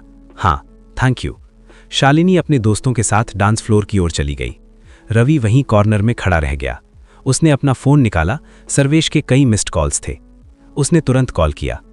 रवि, तू ठीक है? सर्वेश पैनिक्ड था। हाँ, मैं ठीक हूं। तू? मैं पुलिस स्टेशन गया था, लेकिन वे कह रहे हैं बिना प्रूफ के कुछ नहीं कर सकते। तू कहाँ है? मैं एक क्लब में हूं, द एलीट क्लब। तू यहां आ सकता है? हाँ, मैं आ रहा हूं, 15 मिनट में। रवि ने फोन रख दिया और वहीं बैठ गया। उसका दिमाग घूम रहा था। वे लोग मुझे ढूंढ रहे हैं, वे मुझे छोड़ेंगे नहीं, मैं क्या करूं? उसने शालिनी को देखा, जो अपने दोस्तों के साथ डांस कर रही थी। उसकी बेफिक्री को देखकर रवि को एक अजीब सा जेलसी हुआ। कितना आसान है उसका जीवन, कोई चिंता नहीं, कोई डर नहीं। लेकिन फिर उसे याद आया, उसने भी आज कुछ अचीव किया था। उसने भी एक नया कदम उठाया था। नहीं, मैं हार नहीं मानूंगा, चाहे कुछ भी हो जाए। 15 मिनट बाद सर्वेश क्लब के बाहर पहुंचा। रवि बाहर निकला। भाई, सर्वेश ने उसे गले लगाया। तू ठीक तो है? हाँ, बच गया, रवि ने कहा। अब क्या करेगा? सर्वेश ने पूछा। रवि ने सोचा, पता नहीं, लेकिन एक बात पक्की है, मुझे पुलिस को बताना होगा, पूरी सच्चाई। लेकिन तुझे डर नहीं लग रहा? लग रहा है, रवि ने एडमिट किया, बहुत, लेकिन और कोई रास्ता नहीं है। दोनों मंदिर की ओर चल पड़े। लेकिन रवि जानता था यह खत्म नहीं हुआ था। वे लोग अभी भी बाहर थे और वे उसे ढूंढ रहे थे। रवि और सर्वेश क्लब से बाहर निकले और धीरे धीरे मंदिर की ओर चलने लगे। रात का सन्नाटा था, सड़कों पर ज्यादा लोग नहीं थे। रवि का दिल अभी भी तेज धड़क रहा था। वो चेज, वे गुंडे, वो खतरा, सब कुछ अभी भी उसके दिमाग में घूम रहा था।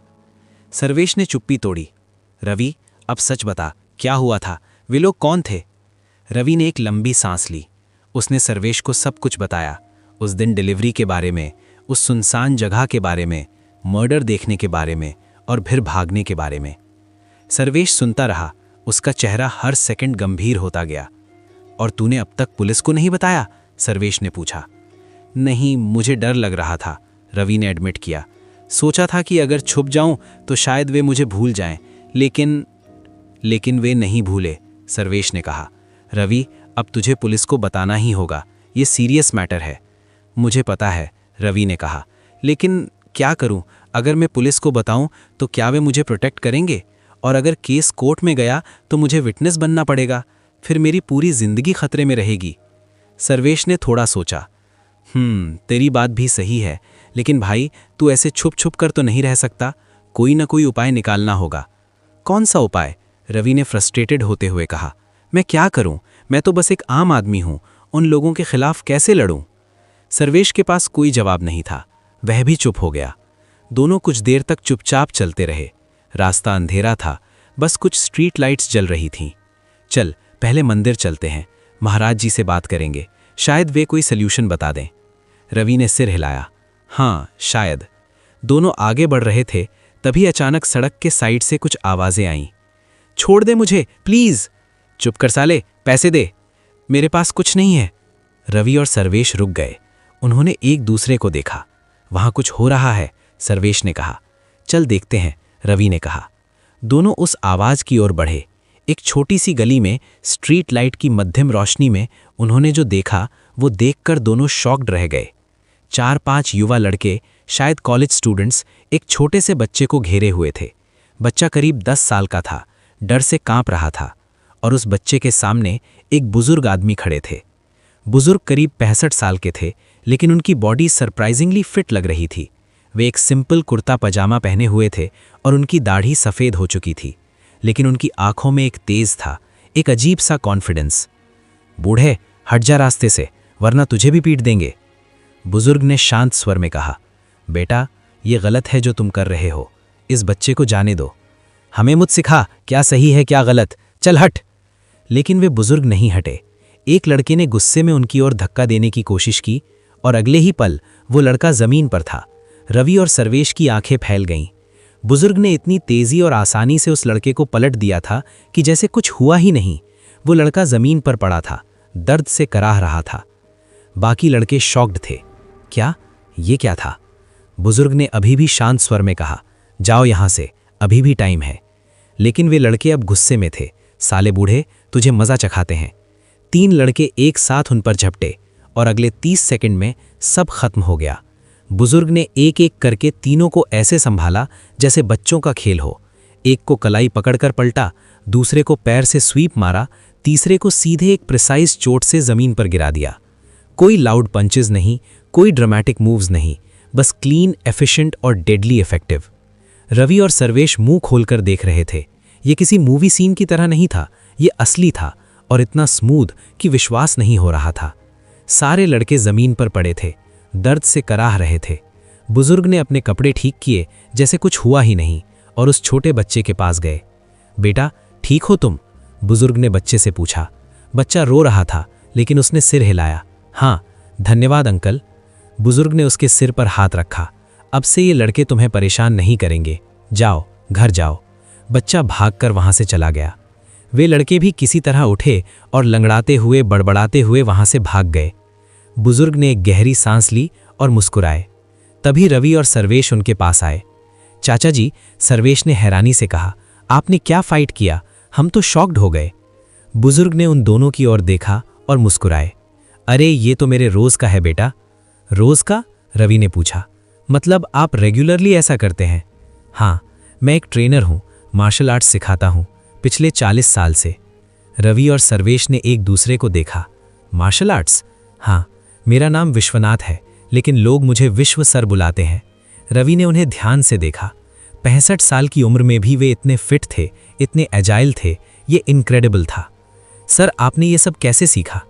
विश्व सर ने कहा, बेटा, जब मैं तुम्हारी उम्र का था तब मैं बहुत कमज़ोर था, लोग मुझे बुली करते थे। तब मैंने डिसाइड किया कि मैं खुद को स्ट्रांग बनाऊंगा।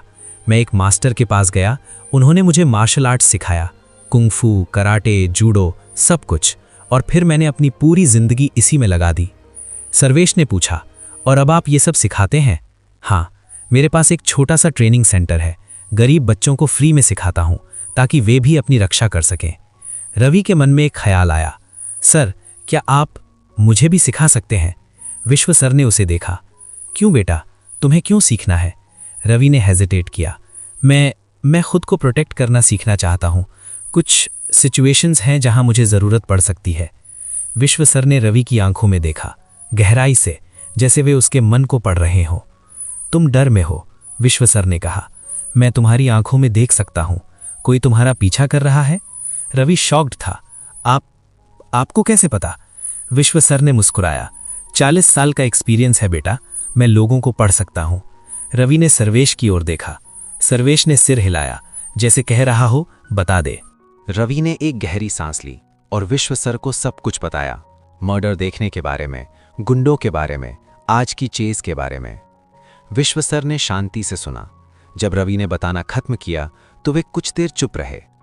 फिर उन्होंने कहा, तुम्हारी प्रॉब्लम सीरियस है बेटा, लेकिन मैं तुम्हें मार्शल आर्ट सिखा सकता हूं। इससे तुम खुद को प्रोटेक्ट कर सकोगे। सच में? रवि की आंखों में उम्मीद जागी। हाँ, विश्व सर ने कहा, लेकिन समझ लो, मार्शल आर्ट्स सिर्फ फाइटिंग के लिए नहीं है। ये डिसिप्लिन है, फोकस है और सबसे इंपॉर्टेंट कॉन्फिडेंस है। अगर तुम सीखना चाहते हो तो तुम्हें डेडिकेटेड होना होगा। मैं तैयार हूं सर, रवि ने तुरंत कहा। विश्व सर ने मुस्कुराते हुए कहा, ठीक है, कल से शुरू करेंगे, सुबह 5 बजे। मेरा ट्रेनिंग सेंटर यहां से 10 मिनट की दूरी पर है। जी सर, रवि ने कहा। और हाँ, विश्व सर ने गंभीर होते हुए कहा, तुम्हें पुलिस को भी बताना होगा। छुपने से कुछ नहीं होगा, लेकिन जब तक तुम फिजिकली और मेंटली रेडी नहीं हो जाते तब तक वेट करो। पहले खुद को स्ट्रांग बनाओ। रवि ने सिर हिलाया। जी सर, मैं समझता हूं। विश्व सर ने उसके कंधे पर हाथ रखा। घबराओ मत बेटा, भगवान जो भी भेजते हैं उसके साथ सल्यूशन भी भेजते हैं। तुम्हारी मुलाकात मुझसे कोइंसिडेंस नहीं है। रवि को अजीब सा फील हुआ। विश्व सर की बात महाराज जी की बातों से मिलती जुलती थी। धन्यवाद सर, रवि ने कहा। धन्यवाद की जरूरत नहीं, विश्व सर ने कहा। बस कल से रेगुलर आना और डेडिकेटेड रहना। पक्का सर। विश्व सर ने अपना एड्रेस बताया और फिर वहां से चले गए, धीरे धीरे, शांति से, जैसे कुछ हुआ ही नहीं। रवि और सर्वेश वहीं खड़े रहे, अभी भी प्रोसेस कर रहे थे कि क्या हुआ। यार, ये तो मिरेकल है, ऐसे टाइम पर ऐसे आदमी का मिलना। रवि ने सिर हिलाया। हाँ, महाराज जी सही कहते थे, भगवान हर प्रॉब्लम के साथ सल्यूशन भी भेजते हैं। तू सच में सीखेगा? सर्वेश ने पूछा। हाँ, रवि ने कॉन्फिडेंस से कहा। मुझे सीखना है, मैं और नहीं भागूंगा। अब मैं खुद को स्ट्रांग बनाऊंगा। सर्वेश ने उसके कंधे पर हाथ रखा। मैं भी तेरे साथ आऊंगा, हम दोनों साथ सीखेंगे। रवि मुस्कुराया। सच में? तू भी? हाँ यार, भाई साथ होते हैं हर सिचुएशन में। दोनों ने एक दूसरे को हक किया। मंदिर पहुंचकर रवि सीधे भगवान के सामने गया। रात देर हो चुकी थी, मंदिर खाली था। उसने हाथ जोड़े। भगवान, आज फिर से आपने मुझे बचाया। पहले शालिनी मिली, फिर विश्व सर मिले। शायद ये सब कोइंसिडेंस नहीं है, शायद ये आपकी योजना है। मैं नहीं जानता आगे क्या होगा, लेकिन अब मैं तैयार हूं। मैं स्ट्रांग बनूंगा और जब टाइम आएगा मैं सही करूंगा। उसने माथा टेका और बाहर निकल आया। अपने कमरे में रवि ने अपने कपड़े बदले और लेट गया, लेकिन नींद नहीं आ रही थी। उसके दिमाग में बहुत कुछ चल रहा था। कल से नया चैप्टर शुरू होगा, ऑफिस में काम और साथ में ट्रेनिंग। ये आसान नहीं होगा, लेकिन मैं करूंगा, मुझे करना होगा। उसने अपने फ़ोन पर अलार्म सेट किया, सुबह 4:30 पर, ताकि वो 5 बजे ट्रेनिंग सेंटर पहुंच सके।